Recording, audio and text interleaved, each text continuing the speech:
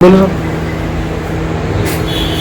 ਅੱਜ ਦੀ ਇਸ world breast feeding week ਦੇ ਉੱਪਰ ਮੈਂ Lions Club Sangrur Greater President ਅਤੇ ਉਹਨਾਂ ਦੇ ਨਾਲ ਸਾਡੇ ਰੋਹਿਤ ਜੀ ਕਾਉਂਸਲ ਕੋ ਚੇਅਰਮੈਨ ਰਜਤ ਜੀ ਤੇ ਮੁਕੇਸ਼ ਸ਼ਰਮਾ ਜੀ ਜੋ ਸਾਡੇ ਲਾਇਨਸ ਕਲੱਬ ਦੇ ਮੈਂਬਰ ਨੇ ਤੇ ਅੱਜ ਦੀ ਇਸ ਵਰਲਡ ਬ੍ਰੈਸਟ ਫੀਡਿੰਗ ਦੇ ਕੀਨੋਟ ਸਪੀਕਰ ਡਾਕਟਰ ਵੀਕੇ आहूजा जी जो पिछले 20 साल तो इस जो वर्ल्ड ब्रेस्ट फीडिंग के उपर लायंस क्लब संगरूर ग्रेटर के नाल ये सैमीनार करते आ रहे हैं और ड्यू टू कोविड-19 करके अज असी ये वर्चुअली डॉक्टर साहब को असी रिक्वेस्ट की है कि ये इत्थे सैमीनार थ्रू मीडिया असी करांगे ते इन्होंने भी सानू सहयोग दिता। असी लायंस क्लब संगरूर ग्रेटर वालों इन्हां नाल भी वेलकम करते हैं ते धन्नवाद भी करते हैं कि इन्होंने जो बहुत ही घट समय ਦੇ ਵਿੱਚ ਸਾਨੂੰ ਇਹਨਾਂ ਨੇ ਸਹਿਯੋਗ ਦਿੱਤਾ ਤੇ ਜੋ ਅਸੀਂ ਵਰਲਡ ਬ੍ਰੈਸਟ ਫੀਡਿੰਗ ਦਾ ਪਿਛਲੇ 20 ਸਾਲਾਂ ਤੋਂ ਸੈਮੀਨਾਰ ਕਰਦੇ ਆ ਰਹੇ ਹਾਂ ਅਸੀਂ ਅਵੇਅਰ ਕਰ ਸਕੀਏ ਥਰੂ ਮੀਡੀਆ ਜੋ ਸਾਡੇ ਕਲੱਬ ਮੈਂਬਰਸ ਨੇ ਤੇ ਹੋਰ ਪਬਲਿਕ ਹੈ ਅਸੀਂ ਇਸ ਵਰਲਡ ਬ੍ਰੈਸਟ ਫੀਡਿੰਗ ਦੇ ਉੱਤੇ ਥਰੂ ਮੀਡੀਆ ਅਸੀਂ ਸਭ ਨੂੰ ਅਵੇਅਰ ਕਰਾਂਗੇ। Thank you so much. Myself doctor VK Ahuja consultant child specialist Sangrur. सब तो पहले बहुत बहुत धन्यवादी हाँ लायंस क्लब संगरूर ग्रेटर का जी पिछले 10 साल तो उन्होंने सहयोग देंगे आ रहे हैं हर साल वर्ल्ड ब्रेस्ट फीडिंग वीक मनाने का ये नाल जे कभी मैं कोई होर हैल्थ एक्टिविटी भी करनी तो मैं पूरा सहयोग मिलता। अज की टॉक का श्रेय या सेहरा भी लायंस क्लब ग्रेटर संगरूर के सिर बन्निया जाता है क्योंकि यही करवा रहे हैं। अज आप गल कर जा रहे हैं वर्ल्ड ब्रेस्ट फीडिंग वीक या विश्व स्तनपान सप्ताह के बारे में। विश्व स्तनपान सप्ताह या वर्ल्ड ब्रेस्ट फीडिंग वीक हर साल दुनिया भर में 1 अगस्त तो 7 अगस्त के मनाया जाता है। इस मनाने का मुख्य मंतव है माँ के दुध में या ब्रेस्ट फीडिंग में प्रोटेक्ट करना, प्रमोट करना तो सपोर्ट करना। इसके नाल इस दिन मनाने का एक और फायदा होता है कि इस दिन असी जो साडे नाल जुड़े हुए ने NGOs ने जिवें लायंस क्लब है या होर ਅਸੀਂ ਉਹਦਾ ਧੰਨਵਾਦ ਕਰਨ ਦਾ ਮੌਕਾ ਵੀ ਮਿਲ ਜਾਂਦਾ ਹੈ ਤੇ ਨਾਲ ਦੀ ਨਾਲ ਉਹਨਾਂ 'ਚ ਅਸੀਂ ਉਤਸ਼ਾਹ ਭਰਨ ਵਿੱਚ ਉਹਨਾਂ ਵਿੱਚ ਜੋਸ਼ ਭਰਨ ਵਿੱਚ ਵੀ ਕਾਮਯਾਬ ਹੁੰਦੇ। ਜਿਵੇਂ ਆਪਾਂ ਹੁਣ ਗੱਲ ਕਰੀ ਵੀ ਇਸ ਦਾ ਮੁੱਖ ਮੰਤਵ ਜਿਹੜਾ ਹੈ ਉਹ ਬ੍ਰੈਸਟ ਫੀਡਿੰਗ ਨੂੰ ਮਾਂ ਦੇ ਦੁੱਧ ਨੂੰ ਪ੍ਰੋਟੈਕਟ ਕਰਨ ਦਾ, ਪ੍ਰਮੋਟ ਕਰਨ ਦਾ, ਸਪੋਰਟ ਕਰਨ ਦਾ। ਪ੍ਰੋਟੈਕਟ ਵਰਡ ਆਪਾਂ ਆਮ ਤੌਰ ਤੋਂ ਯੂਜ਼ ਕਰਦੇ ਜਦੋਂ ਕੋਈ ਚੀਜ਼ ਲੁਪਤ ਹੋ ਰਹੀ ਹੋਵੇ ਜਾਂ ਕੋਈ ਜਿਹੜੀ ਚੀਜ਼ ਆ ਉਹਦਾ ਸ਼ਿਕਾਰ ਖੇਡਿਆ ਜਾਏ। ਜਿਵੇਂ ਪਹਿਲਾਂ ਸ਼ੇਰਾਂ ਦਾ ਸ਼ਿਕਾਰ ਖੇਡਿਆ ਗਿਆ, ਸ਼ੇਰ ਦੀ ਗਿਣਤੀ ਬਹੁਤ ਘਟ ਗਈ ਜਾਂ ਕਿਸੇ ਤਰੀਕੇ ਨਾਲ ਉਹ ਗਾਇਬ ਹੋ ਰਹੀ ਹੋ ਤਾਂ ਕੁਝ ਇਹੋ ਜਿਹੇ ਹਾਲਾਤ ਬ੍ਰੈਸਟ ਫੀਡਿੰਗ ਨਾਲ ਜਾਂ ਮਾਂ ਦੇ ਦੁੱਧ ਨਾਲ ਹੋ ਰਹੇ ਨੇ।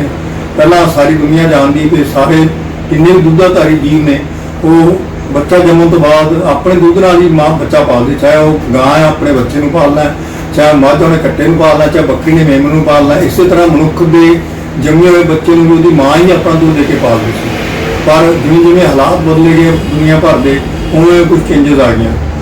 ਜਿਵੇਂ ਜਿਵੇਂ ਉਦਯੋਗੀਕਰਨ ਹੋ ਗਿਆ, ਇੰਡਸਟਰੀਲਾਈਜੇਸ਼ਨ ਹੋ ਗਈ, ਉਵੇਂ ਉਵੇਂ ਚੇਂਜਸ ਆ ਗਈਆਂ। ਪਹਿਲਾਂ ਮਾਵਾਂ ਘਰੇ ਰਹਿੰਦੀਆਂ ਸੀ, ਉਹਦੇ ਨਾਲ ਨਾਲ ਰੁਜ਼ਗਾਰ ਲਈ ਮਾਵਾਂ ਬਾਹਰ ਜਾਣ ਲੱਗ ਗਈਆਂ। ਜਿਵੇਂ ਜਿਵੇਂ ਉਹ ਬਾਹਰ ਜਾਣ ਲੱਗ ਗਈਆਂ ਉਵੇਂ ਉਹਨਾਂ 'ਚ ਸਮੇਂ ਦੀ ਘਾਟ ਹੋ ਗਈ, ਉਵੇਂ ਉਹਨਾਂ ਨੂੰ ਲੱਗਣ ਲੱਗਿਆ ਵੀ ਸ਼ਾਇਦ ਦੁੱਧ ਉੱਪਰੋਂ ਦੇਣਾ ਪਏਗਾ ਤਾਂ ਬੱਚਾ ਪਲੇਗਾ। ਔਰ ਐਟ ਦਾ ਸੇਮ ਟਾਈਮ ਉਸੇ ਵਕਤ ਜਿਹੜੀ ਉਦਯੋਗੀਕਰਨ ਜਿਹੜਾ ਫਾਰਮੂਲਾ ਫੀਡਿੰਗ ਕਹਿ ਲਓ ਇਹਨੂੰ, ਚਾਹੇ ਸੁੱਕਾ ਦੁੱਧ ਬਣਾਉਣ ਵਾਲੀਆਂ ਫੈਕਟਰੀਆਂ ਕਹਿ ਲਓ, ਚਾਹੇ ਕ੍ਰਿਤਰਮ ਮਿਲਕ ਕਹਿ ਲਓ, ਚਾਹੇ ਆਰਟੀਫੀਸ਼ੀਅਲ ਫੀਡਿੰਗ ਵਾਲੀਆਂ ਕਹਿ ਲਓ, ਫੈਕਟਰੀਆਂ ਕਾਫੀ ਮਾਤਰਾ 'ਚ ਲੱਗ ਗਈਆਂ, ਕਾਫੀ ਉਦਯੋਗ ਵੱਧ ਗਿਆ ਔਰ ਇਹਨਾਂ ਦਾ ਵੀ ਇੰਟਰਸਟ ਹੋ ਗਿਆ ਵੀ ਅਸੀਂ ਇਸ ਚੀਜ਼ ਨੂੰ ਬੜਾਵਾ ਦੇਈਏ। ਔਰ ਇਹ ਬਹੁਤ ਜ਼ਿਆਦਾ ਆਪਣੀ ਪੋਲਿਸੀ ਕਰਨ ਲੱਗੇ, ਐਡਵਰਟਾਈਜ਼ਮੈਂਟ ਕਰਨ ਲੱਗੇ। ਇੰਨੀ ਜ਼ਿਆਦਾ ਐਡਵਰਟਾਈਜ਼ਮੈਂਟ ਹੋਈ ਕਿ ਲੋਕੀ ਸਮਝਣ ਲੱਗੇ ਵੀ ਸ਼ਾਇਦ ਮਾਂ ਦੇ ਦੁੱਧ ਨਾਲੋਂ ਜਿਹੜਾ ਸੁੱਕਾ ਦੁੱਧ ਹੈ ਇਹ ਚੰਗਾ ਹੀ ਹੈ, ਜਾਂ ਘੱਟੋ ਘੱਟ ਜੇ ਮਾਂ ਦੁੱਧ ਨਹੀਂ ਦੇ ਸਕਦੇ ਦੇਣਾ 'ਚ ਕੋਈ ਮਾੜੀ ਗੱਲ ਨਹੀਂ, ਬਹੁਤ ਚੰਗੀ ਗੱਲ ਹੈ। ਇੰਨਾ ਹੀ ਨਹੀਂ ਹੋਇਆ, ਮਾਵਾਂ ਤੇ ਨਹੀਂ ਜਾਂ ਸੁਸਾਇਟੀ ਤੇ ਨਹੀਂ ਅਸਰ ਹੋਇਆ, ਡਾਕਟਰਸ ਦੇ ਵੀ, ਹੈਲਥ ਵਰਕਰਸ ਦੇ ਵੀ, ਸਿਹਤ ਵਿਭਾਗ ਤੇ ਵੀ ਮਾੜਾ ਅਸਰ ਹੋ ਗਿਆ। ਔਰ ਮਾੜਾ ਅਸਰ ਹੋਣ ਦਾ ਨਤੀਜਾ ਇਹ ਹੋਇਆ ਕਿ ਇਹ ਵੀ ਇਹਨਾਂ ਦੇ ਨਾਲ ਜੁੜ ਗਏ ਔਰ ਉਹਨਾਂ ਨੇ ਵੀ ਇਹਨਾਂ ਨੂੰ ਕੋਈ ਡੋਨੇਸ਼ਨ ਦੇਣੀਆਂ, ਖਾਲੀ ਡੱਬੇ, ਖਾਲੀ ਜਿਹੜੇ ਬੋਤਲਾਂ ਨੇ, ਜਿਹੜੇ ਸੁੱਕੇ ਦੁੱਧ ਦੇ ਡੱਬੇ ਨੇ ਫ੍ਰੀ 'ਚ ਜਾਂ ਡੋਨੇਸ਼ਨ ਤੌਰ ਦੇਣ ਲੱਗੇ, ਹਸਪਤਾਲਾਂ 'ਚ ਆਉਣ ਲੱਗੇ। ਇਸ ਤਰ੍ਹਾਂ ਕਰ ਕਰਕੇ ਇਹਦਾ ਇੰਨਾ ਫੈਲਾਅ ਹੋ ਗਿਆ ਵੀ ਇਹ ਇੱਦਾਂ ਹੀ ਲੱਗਣ ਲੱਗ ਗਿਆ ਵੀ ਸ਼ਾਇਦ ਮਾਂ ਦੁੱਧ ਦਾ ਬਰਾਬਰੀ ਇਹ ਕਰ ਸਕਦਾ ਜਾਂ ਸ਼ਾਇਦ ਉਸ ਤੋਂ ਵੀ ਚੰਗਾ ਹੈ। ਪਰ ਤੁਹਾਨੂੰ ਪਤਾ ਹੀ ਹੈ ਵੀ ਜਿਹੜੀ ਸੱਚਾਈ ਹੈ ਛੁਪ ਨਹੀਂ ਸਕਦੀ, ਜ਼ਾਤ ਵੀ ਨਹੀਂ ਛੁਪਦੀ। ਆਪਾਂ ਆਮ तौर पर कहने सच्चाई छुप नहीं सकती, बनावट के असूलों से खुशबू आ नहीं सकती कागज के फूलों से। उस तरह ही ये होया ਹੌਲੀ ਹੌਲੀ ਸਭ ਨੂੰ ਰਿਅਲਾਈਜ਼ ਹੋ ਗਿਆ ਵੀ ਇਹ ਤਾਂ ਕੰਮ ਗਲਤ ਹੋ ਗਿਆ, ਇਹ ਤਾਂ ਆਪਾਂ ਗਲਤ ਕੰਮ ਕਰ ਲਿਆ ਜਿਹੜਾ ਇਹਦੇ ਨਾਲ ਦੁੱਧ ਦੂਜਾ ਆਪਾਂ ਕ੍ਰਿਤਰਮ ਦੁੱਧ ਜਾਂ ਆਰਟੀਫੀਸ਼ੀਅਲ ਮਿਲਕ ਯੂਜ਼ ਕਰਨ ਲੱਗੇ। ਉਹਦੇ ਨਾਲ ਤਾਂ ਬੱਚਿਆਂ ਦੀ ਸਿਹਤ ਵੀ ਖਰਾਬ ਹੋਈ, ਮਾਵਾਂ ਦੀ ਸਿਹਤ ਵੀ ਖਰਾਬ ਹੋਈ, ਹੋਰ ਵੀ ਕਈ ਤਰ੍ਹਾਂ ਦੇ ਪ੍ਰੋਬਲਮਸ ਆ। ਫਿਰ ਇਹ ਸੋਚ ਵਿਚਾਰ ਕਰਨ ਲਈ 1990 ਦੇ ਵਿੱਚ ਇੱਕ ਗੋਸ਼ਟੀ ਹੋਈ ਜਿਹਨੂੰ ਅਸੀਂ ਇਹਨੂੰ ਕਹਿੰਦੇ ਹਾਂ ਇਨੋਸੈਂਟੀ ਡਿਕਲੇਰੇਸ਼ਨ। ਇਹਦਾ ਜਿਹੜਾ ਮੁੱਖ ਵਿਸ਼ਾ ਸੀਗਾ ਉਹ ਸੀਗਾ ਵੀ ਬ੍ਰੈਸਟ ਫੀਡਿੰਗ ਇਨ 1990s, ਮਤਲਬ 1990 ਦਸ਼ਕ ਵਿੱਚ ਬ੍ਰੈਸਟ ਫੀਡਿੰਗ। ਇਹਦੇ ਲਈ ਇੱਕ ਗੋਸ਼ਟੀ ਕਰੀ ਗਈ ਇਟਲੀ ਦੇ ਸ਼ਹਿਰ ਫਲੋਰੈਂਸ ਦੇ ਵਿੱਚ 90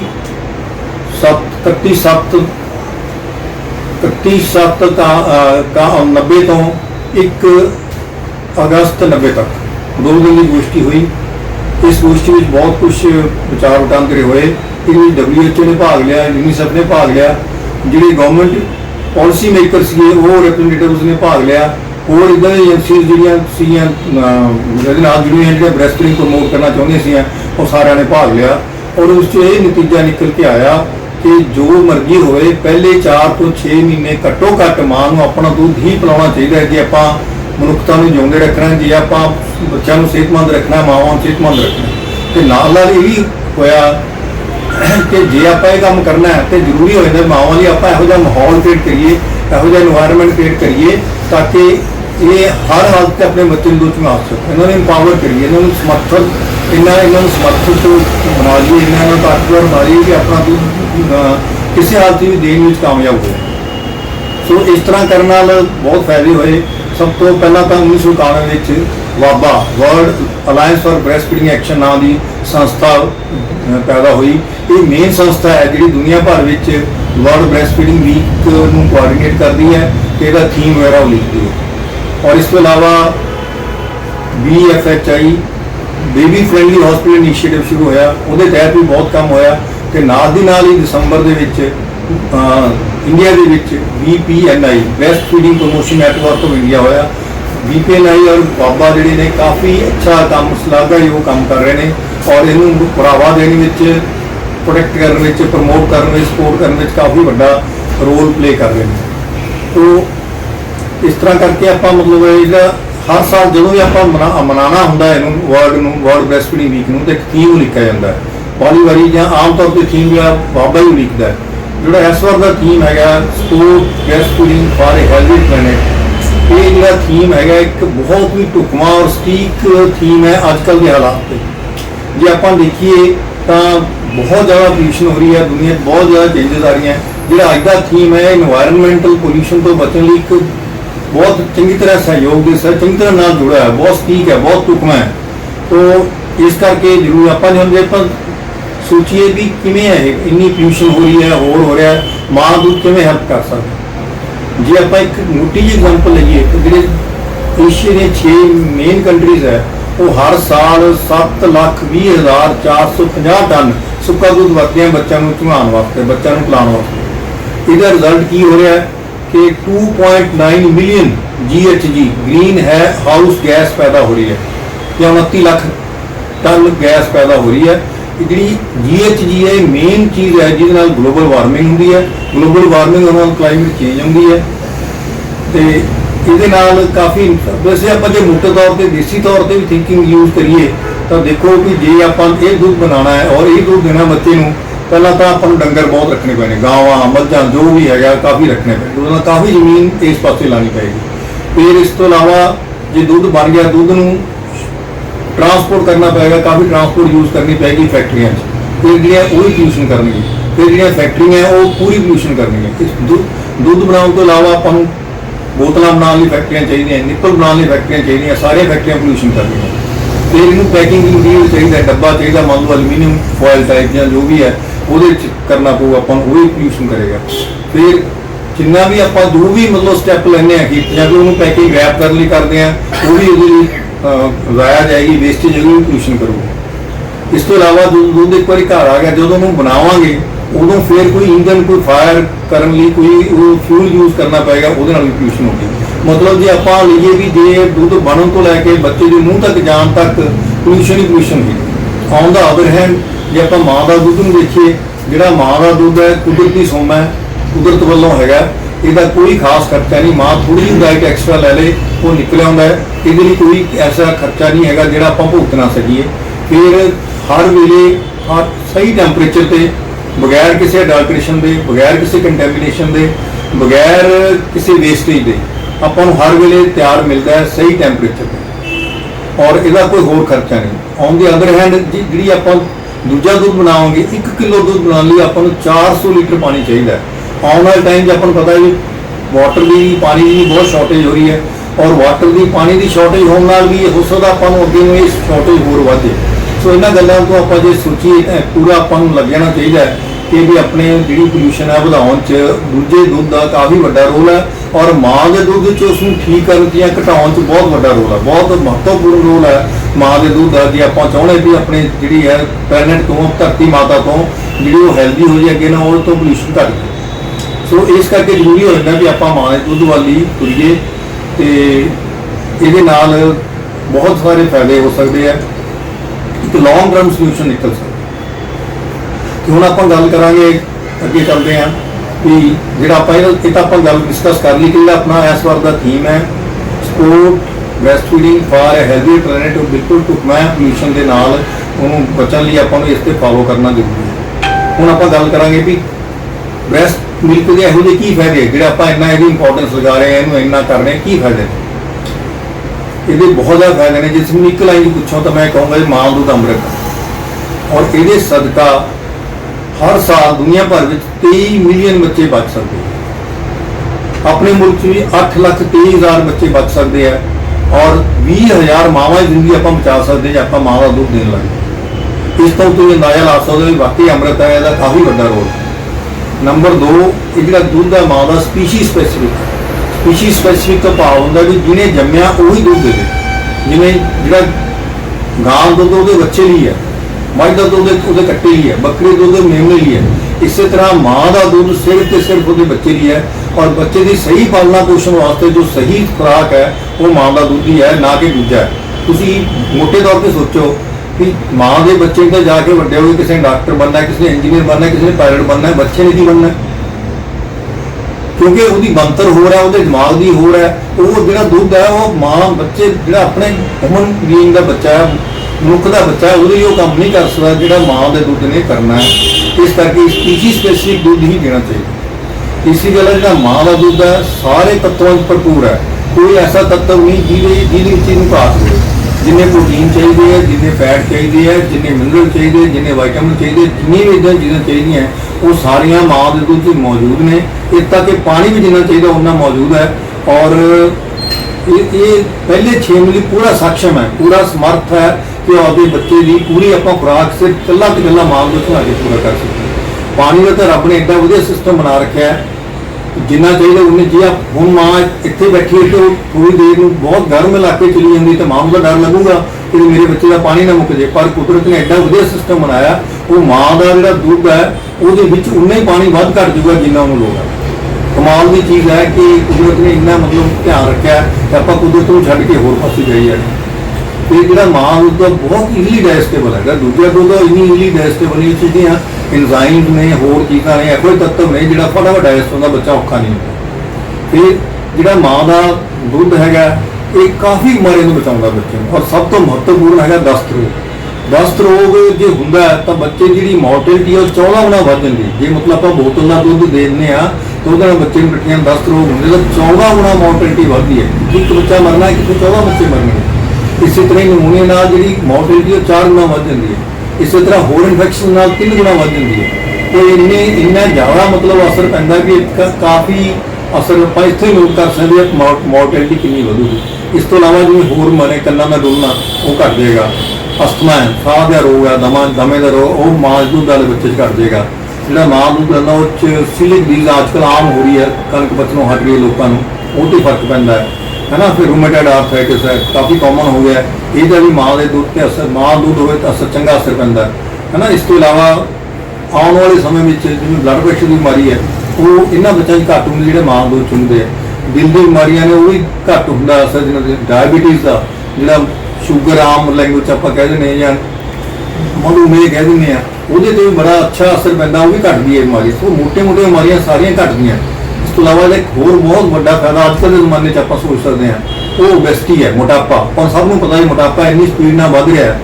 ਜੇ ਆਪਾਂ ਮਾਂ ਦਾ ਦੁੱਧ ਵਰਤੇ 30% ਮੋਟਾਪਾ ਘੱਟ ਸਕਦਾ, 30%।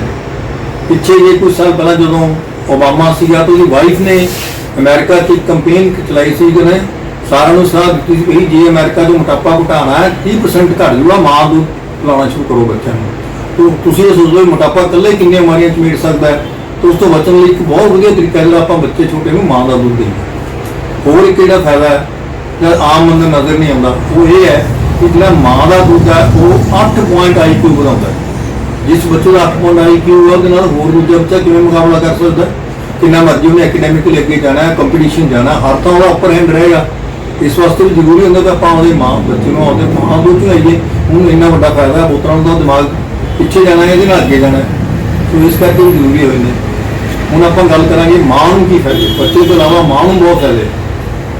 ਸਭ ਤੋਂ ਵੱਡਾ ਫਾਇਦਾ ਇਹ ਹੈ ਮਾਂ ਨੂੰ, ਜੇ ਮਾਂ ਉਦੋਂ ਹੀ ਜੰਮਦੇ ਬੱਚੇ ਦੁੱਧ ਆਉਣ ਲੱਗ ਜਾਂਦੀ ਹੈ ਤਾਂ ਜਿਹੜੀ ਉਹਦੀ ਬੱਚੇਦਾਨੀ ਉਹ ਨਾਲ ਦੀਆਂ ਸੁੰਗੜਨ ਲੱਗ ਜਾਂਦੀ ਹੈ। ਉਹਦਾ ਫਾਇਦਾ ਇਹ ਹੁੰਦਾ ਬਲੀਡਿੰਗ ਨਹੀਂ ਹੁੰਦੀ, ਮਾਂ ਖੂਨ ਦੀ ਕਮੀ ਤੋਂ ਬਚਦੀ ਹੈ। ਔਰ ਕਿੰਨੀ ਵਾਰੀ ਤਾਂ ਬਲੀਡਿੰਗ ਕਰਕੇ ਮਾਂ ਮੌਤ ਦੇ ਮੂੰਹ 'ਚ ਜਾਣ ਤੋਂ ਬਚਦੀ ਹੈ, ਕਿਉਂਕਿ ਬੱਚੇਦਾਨੀ ਸੁੰਗੜਦੀ ਉਹਦੇ ਨਾਲ ਬਲੀਡਿੰਗ ਉਹਦੀ ਬੰਦ ਹੋ ਜਾਂਦੀ। ਇਸ ਦਾ ਵੀ ਵੱਡਾ ਫਾਇਦਾ। ਨੰਬਰ 2 ਜਿਹੜਾ ਮਾਂ ਦਾ ਦੁੱਧ ਆ ਗਰਭ ਨਿਰੋਧਕ ਹੈ। ਜੇ ਨੈਚੁਰਲ ਤਰੀਕੇ ਨਾਲ ਗਰਭ ਨਿਰੋਧਕ ਹੈ, ਉਹਦਾ ਆਪਾਂ ਨੂੰ ਬਹੁਤ ਫਾਇਦਾ ਹੋ ਰਿਹਾ।